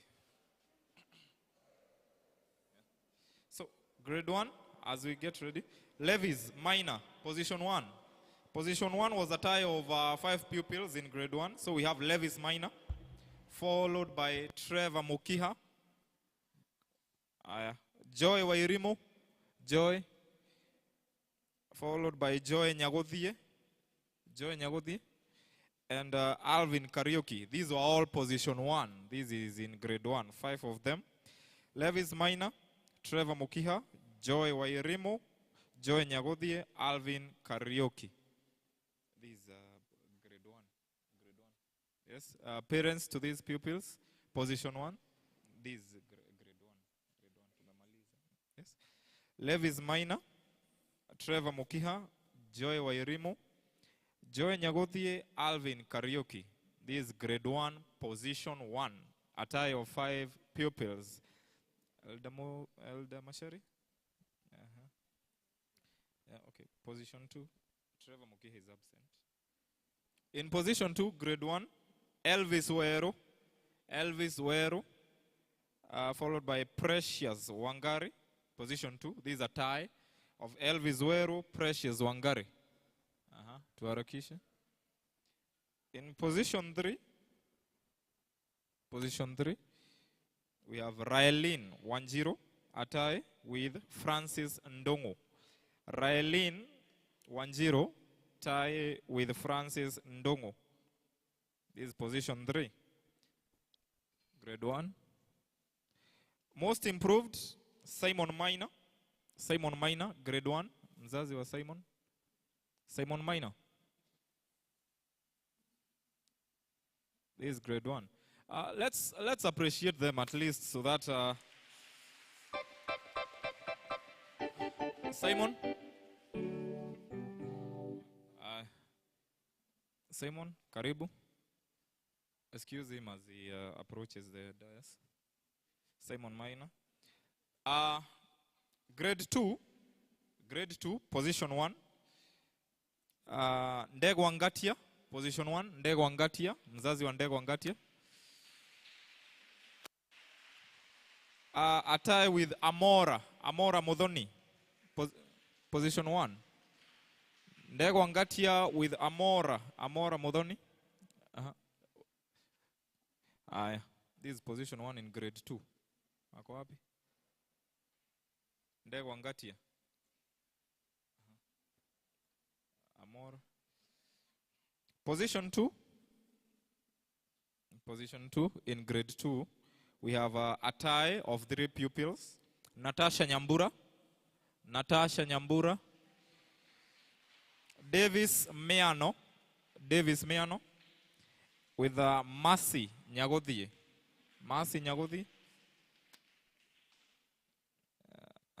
So Natasha Nyambura, position 2, a tie with Davis Meano and Mercy Nyagodie. Karibuni.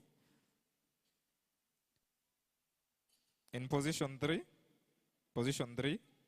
Butan Munene, tie with Liz Wairimo. Karibuni.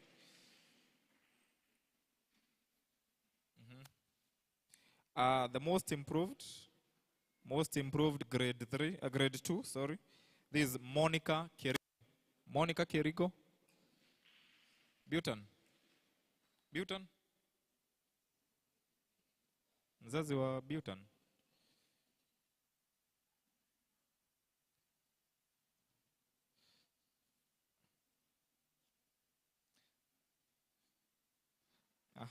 So this is grade 2.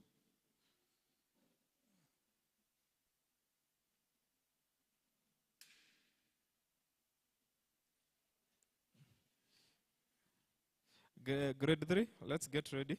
Grade 3, class teacher, grade 3. Butan.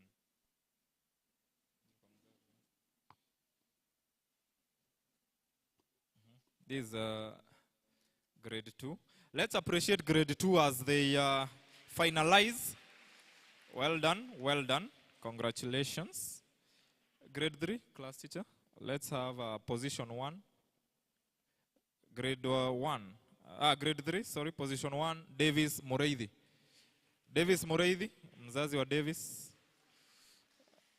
Davis Mureithi, he was the only one in position 1. Position 2, we have a tie of 4 pupils. A tie in grade 3, position 2. Francis Home, followed by Moses Mbudhia. Susan Wanini, with Peter Morioki. This is position 2. Position 2, Peter Morioki. In position 3, let's have Linda Kelsey. Linda Kelsey, position 3. Attire with Ryan Moragori. So position 1, Davis. Karibu. Mzazi wa Davis. Ndio mzazi hapo. Davis, let's appreciate the first position in grade 3. Well done, well done. Yes. Position 2, attire of 4 pupils. Francis Home, karibu. Francis Home. Moses Mbudia. Susan Wanini. Mzazi wa Susan. Okay, class teacher, you can stand in place. Peter Morioki. Karibuni. This is position 2, attire of 4 pupils. Tuwapigie makofi tafadhali. Susan Wanini, this is Susan. Followed by Peter. In most improved grade 3, we have Wendy Kadhomi. Mzazi wake Wendy.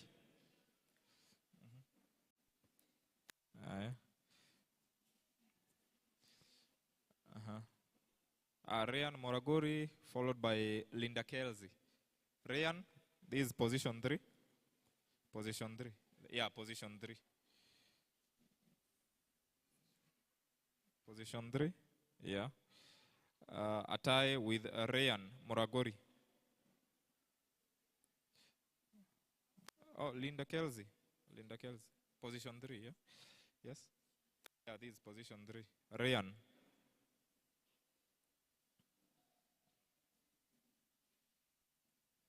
Attire with Linda Kelsey. Yeah, position 3. And the most improved, we have Wendy Kadhomi. Wendy, karibuni. Tupigie grade 3 makofi, tukimaliza. Well, from there and then, we move to the CBC class, grade 4. Asante sana, Elder. Grade 4, we have position 1, Stephen Kaboro, class teacher. Stephen Kaboro in position 1, followed by position 2, Charity Kirote. Attire with Marianne Njeri. Tuharakishe, tafadhali. Class teacher, grade 4. Now, position 1, Stephen Kaboro, followed by position 2, Charity Kirote. Attire with Marianne Njeri. So this is position 1, Stephen Kaboro. Charity. So Stephen, let's appreciate Stephen, the position 1 in grade 4. Position 2, Charity, is she here? Charity Kirote. Attire with Marianne Njeri. At position 3, Ravil Bundi.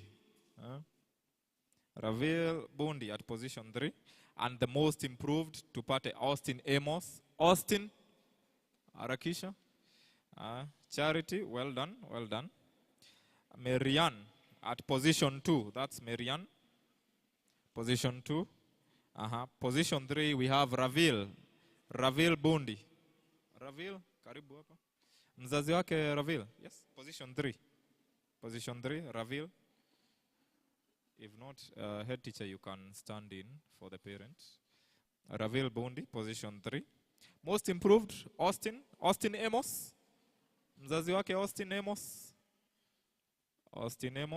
This is the most improved in grade 4. Let's appreciate grade 4 as we move to grade 5. Let me have Ian Mwenda at position 1. Ian Mwenda, grade 5. Karibu. Position 1, Ian Mwenda. Position 2, Philip Kimani. Position 3, Winnie Nyawira. So Ian Mwenda at position 1, karibuni. Mzazi wake Ian. Position 1, Ian Mwenda. followed at position 2. Philip Kimani. Philip Kimani. Position 3, Winnie Nyawera. Philip. Tupigie Ian makofi. Where is Philip? Position 2, Philip Kimani. Let's have Winnie at position 3. Winnie, position 3, dakika moja.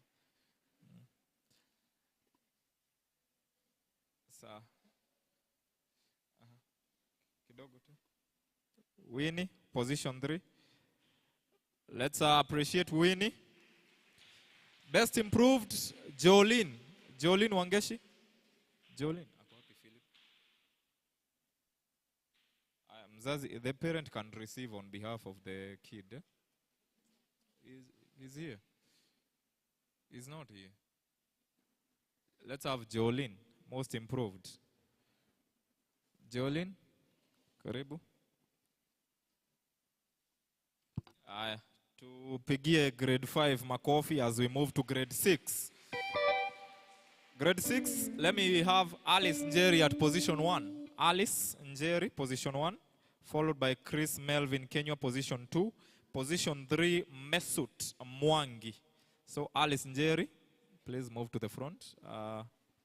Parents to Alice Njeri. Position 1, Alice. Position 1, Alice. Followed by Chris Melvin Kenya. Chris Melvin Kenya. Chris Melvin Kenya, position 2. Followed by position 3, Mesut Mwangi. At most improved, Prince Masharia. Tupigie Alice makofi jamani. Position 2, Chris Melvin. Let's appreciate him as he receives his award. Position 3, Mesut Mwangi. And most improved, we have Prince Masharia. That is grade 6. Grade 6.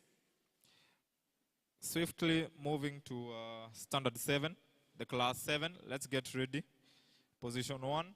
Class 7, position 1, Evelyn 10 with a mark of 430. Let's appreciate Evelyn.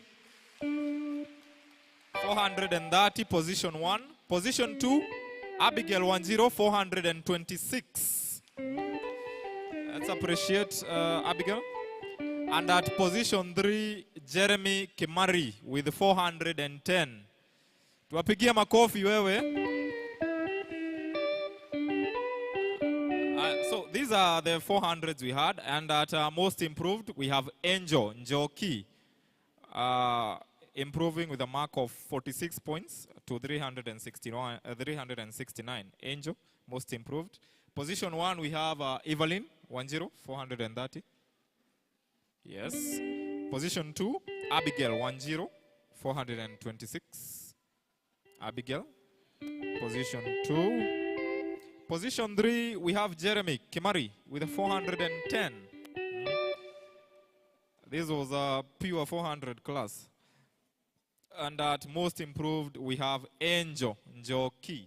Angel Njoki. Karibu. That's the most improved. Let's move to class 8. In class 8, we are going to recognize position 1, 2, and 3, and all the 400s we had in class 8. So, at position 1, Julian Wangoi, 425. Let's appreciate Julian, position 1. Position 2, we have Anne Wanjiko, 424. Anne Wanjiko, 424. Position 3, we have Elijah Baro, 423. Elijah. Position 4, with a mark of 420, Caitlin Wamoyo. Caitlin Wamoyo, 420. Position 5, with a mark of 414, Robertson Wanjao. Robertson Morioki. Position 6, Karen Modoni, 411. Karen Modoni, 411. At position 7, we have Leon Gadara, 408. Tuwapigie makofi. So these are our candidates, and as we speak, we have 7 400s, which is a good performance. So let's appreciate the 400s once more. At most improved, we had.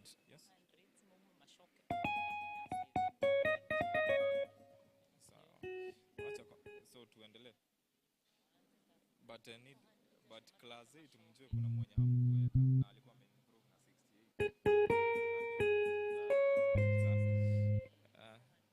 68. So I understand we should have even the class 7 400s join. There is a special gift for you.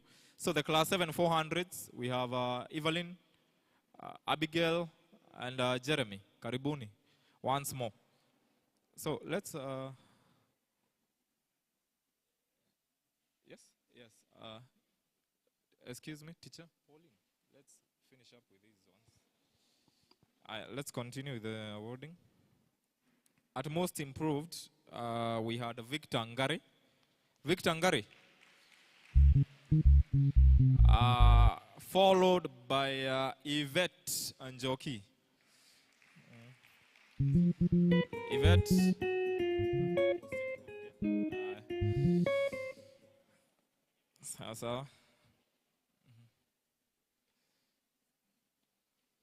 So these are the 400s, and I believe these are great improvement from last year. So well, let's appreciate the 400s. We need more of these. Come next week. So, tuwapigie makofi hata hao wahisi wamefanya jambo la maana.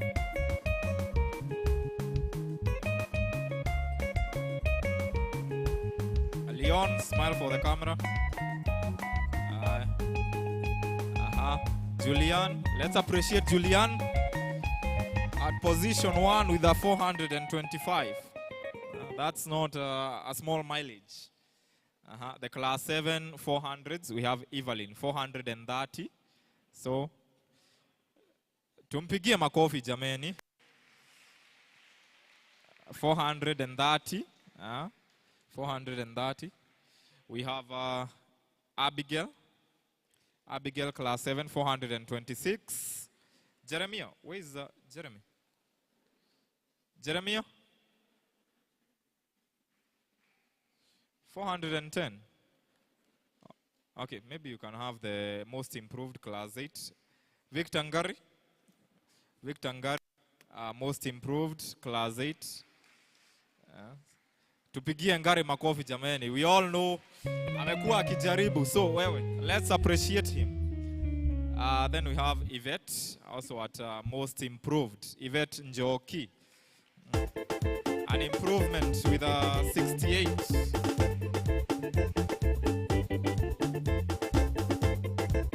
So thanks so much, Bwana Reverend Santi sana. So as we come to the end of the awarding ceremony, I understand there was a special request to award our teachers by the PP2 parents. So Mama Troy Shako. Troy, karibu, this is your moment. Let's appreciate Mama Troy as she comes to the dais.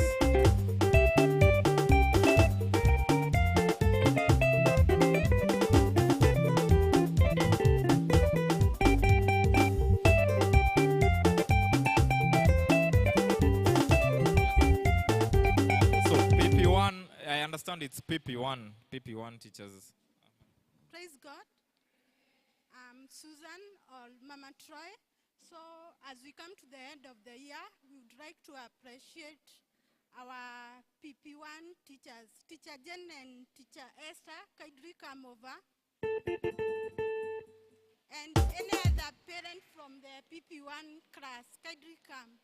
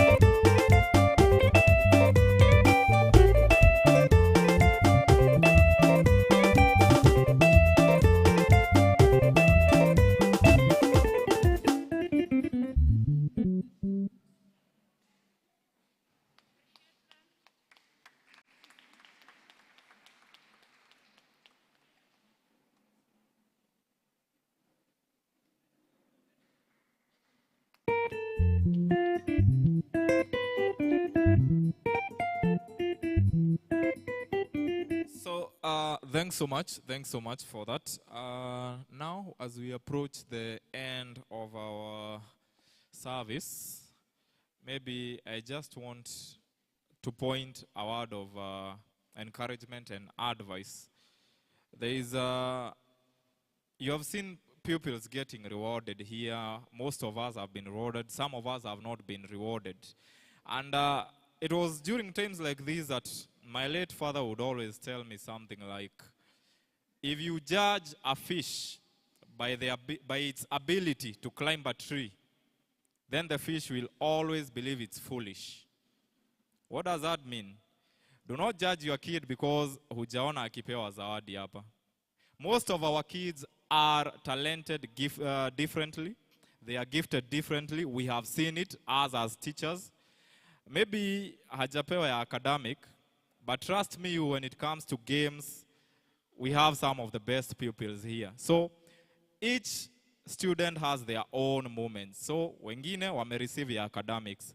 Trust me, when it comes to January, drama, music, and athletics, some of your kids are still going to be recognized. So don't judge your kid because he or she has not received a gift. Just wait for his or her moment. So at this particular time, let me welcome the BOM chair as he gives the vote of thanks. Tukaribishe Bwana Chair.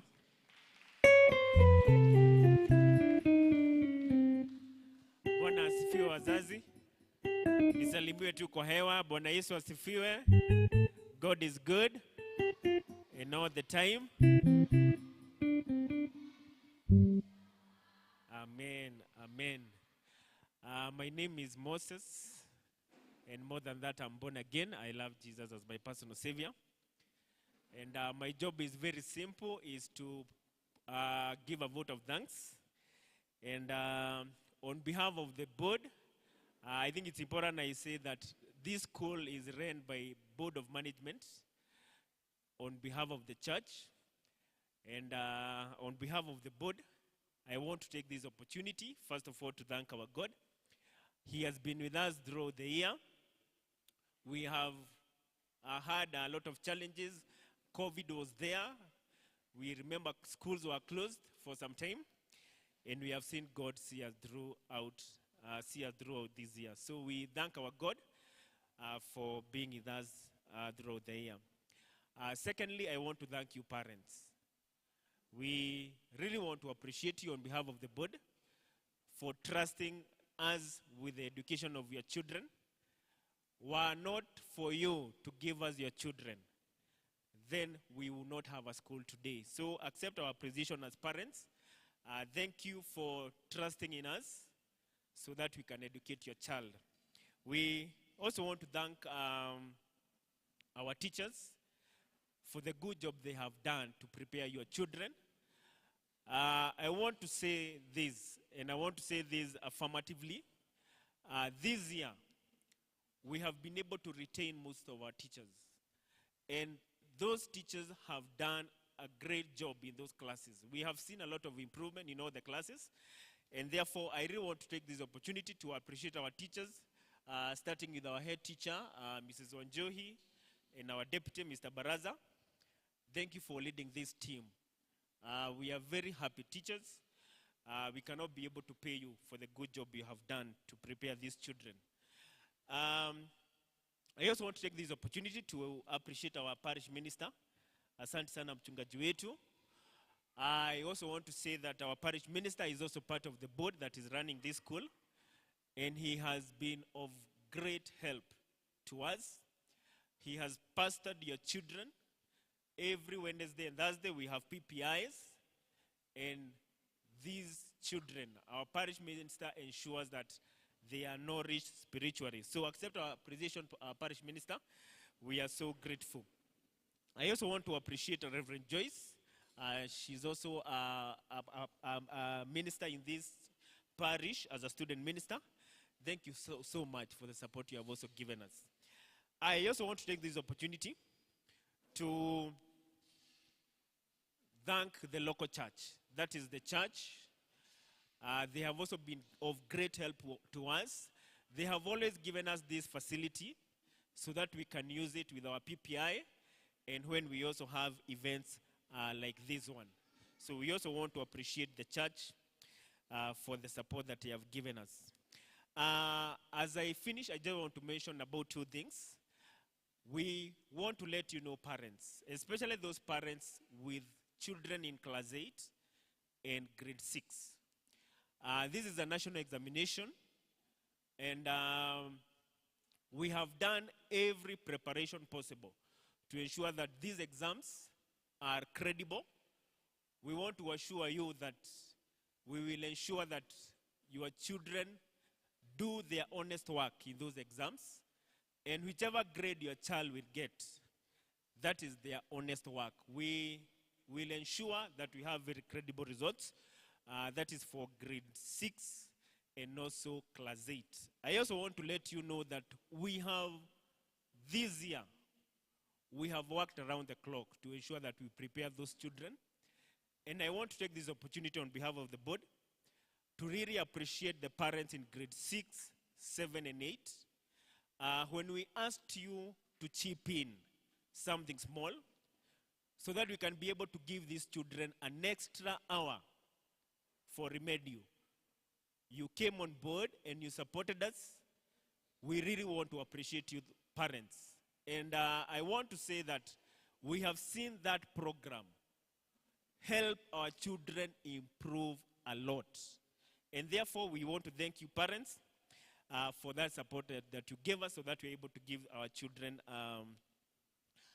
that remedial program. That is grade 6, 7, and 8. We are hoping to carry on with that program.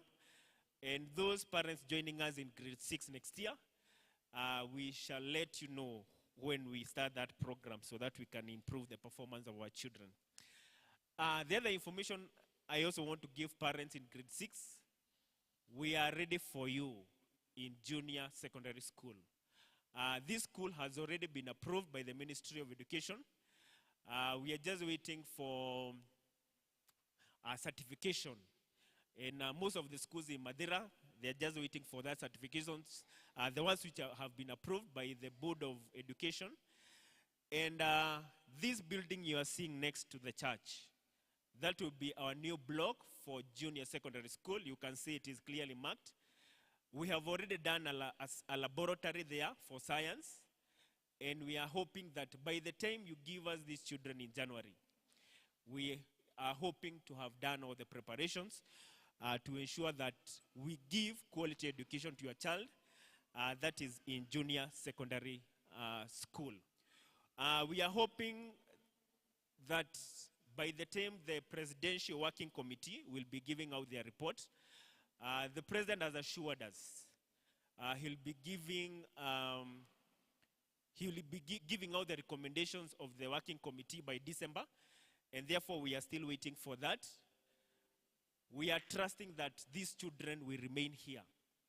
I'm a high school teacher, and we can tell you that we feel that these children are so young to join us in those secondary schools, and it is also a prayer that the government will consider having these children still remain in primary, and then maybe they join us in senior secondary school. There is also a request we are also making to our parents. The grade 6 exam they are doing, it is only 40%. The 60% is what your child has been doing in our school. That is all the way from grade 1, grade 2. And therefore, all those marks will be consolidated so that your child can get 100 marks. And therefore, we are kindly requesting our parents, especially those parents who are coming on transfer, and also those who are also transferring their children. Sometimes you transfer your child to our school, and maybe your child assessment number was not transferred in our school. And we are having cases where those children don't have marks for maybe grade 1, grade 2, grade 3, grade 4, and 5. And therefore, we are requesting you parents, anytime you transfer your child, it is important you give us the correct assessment number so that we're able now to feed that child in our system, so that we don't have a case where by the time your child is now going to grade 6, he or she doesn't have the 60% mark. So we are hoping that we are going to have a very smooth exam, and our children are going to pass and do very, very well. The last one, and I hope this one had been mentioned by our head teacher, progressively we felt that we need to change our uniform, and we are doing this progressively. We felt that the material for the dress that our girls were using, the material was not very, very strong. And I know most of you will bear me witness. You would buy a dress almost every year. And therefore, we are transitioning slowly. We would like to be using, just stand up, just come here. We are slowly transitioning to this uniform. That is for the girls. And therefore, when you go home and you want to buy a new dress for your child, we are requesting for this material, parents. And we are not saying that you throw away the other dresses. We are doing this progressively. So even if your daughter does not have this dress, it does not mean we shall not accept them next year. We shall accept them. But what we are saying that when you buy a new uniform, let us now transition to this uniform. Are we together, parents? So let's appreciate this girl. Then for the boys, we are also transitioning to the trousers. Let me get that boy, just come over. The boys, we are transitioning slowly to the trousers, all the way from our baby class. We are transitioning slowly to the trousers. And therefore, when you buy a uniform for your son, we are requesting you don't buy the beige short. Buy the trouser so that we are able now to transition slowly into full trousers for all our boys. Let's appreciate this gentleman. Finally, as I sit, we also want to let you know, parents, you are the owners of this school. You are the people who have given us the job to run that school. And therefore, if you feel there's anything you need to share with us, feel free to talk to us. Our head teacher is here. Our parish minister is here. And any of us elders, feel free to let us know on what we can do in order to improve our school. Secondly, we also want to let you know, we are also working around the clock to ensure that we give your children the best education. We have also improved our transport. And today, as I speak, we are able now to get children even as far as Kiamariga because of the improved transport that we have. And therefore, we are still asking you parents, in case maybe you are using other form of transport, we have enough space for your child in our transport system, and we will continue to improve it so that we are able to give your children the best. With those many remarks, I want to wish you good holiday with your children. We wish you an early Christmas and Happy New Year next year. And we hope that you will have a good time with your children. God bless you and have a nice holiday with your children. Thank you so much. Thank you so much, Bonachia. That was maybe a briefing of what we had received from our head teacher. So as of right now, I want us to come to the end of the service, and we'll have a prayer for our food led by Julian. Julian, the final prayer for our food.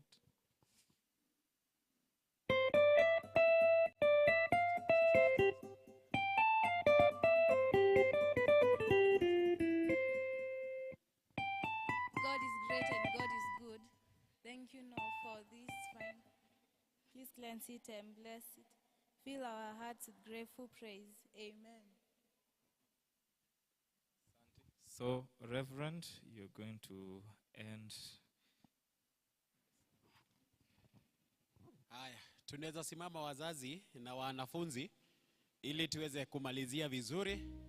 I want to wish you a wonderful time together with your child during that time of holiday. Tafadhali mzazi, ujue mahali ambapo mtoto wako atakuwa. Usiachilie mtoto wako hivi hivi tu. Uhakikishe una mtoto wako kila wakati tafadhali. Na pia mtoto aendelee kufunzwa mambo ya Mungu, na pia mtoto muwe na wakati wa kuongea na yeye, a kind of discussion. Kwa hivyo that is my wish for you, and wacha huyo mtoto aendelee kusoma hata akiwa pale nyumbani. Let us pray. Our dear loving Father, we thank you and we honor you. Thank you for being with us from the time that we started this service until this time that we are concluding. Even as we come out of this place, may you go with us. Thank you, Father, for those people who are going for lunch and then they are going to come back. Thank you, Father, for the other children who are going and closing the school from today. All of them, we commit them before your able hands that you may go with them. May you give them a wonderful holiday together with their parents, all their guardians. Give them a wonderful time, King of all the glory. Protect them and guide them, our Father. And especially, Father, because we know that the devil is just roaming around looking for someone that he can devour. Father, we are praying that you are going to protect our children. Thank you, Father, for everything. Bless us and walk with us. This is our prayer of faith. In Jesus' name we pray. Amen. May the grace of our Lord Jesus Christ and the love of God and the fellowship of the Holy Spirit be with us now and forevermore. Amen. So, before we leave, parents, excuse me. Wait. Excuse me. Parents, before we leave, there is something small out there we'll be having. So as we leave, you can grab a packet out there. For our pupils, your lunch will be served from the hall. Thank you, and may God bless you.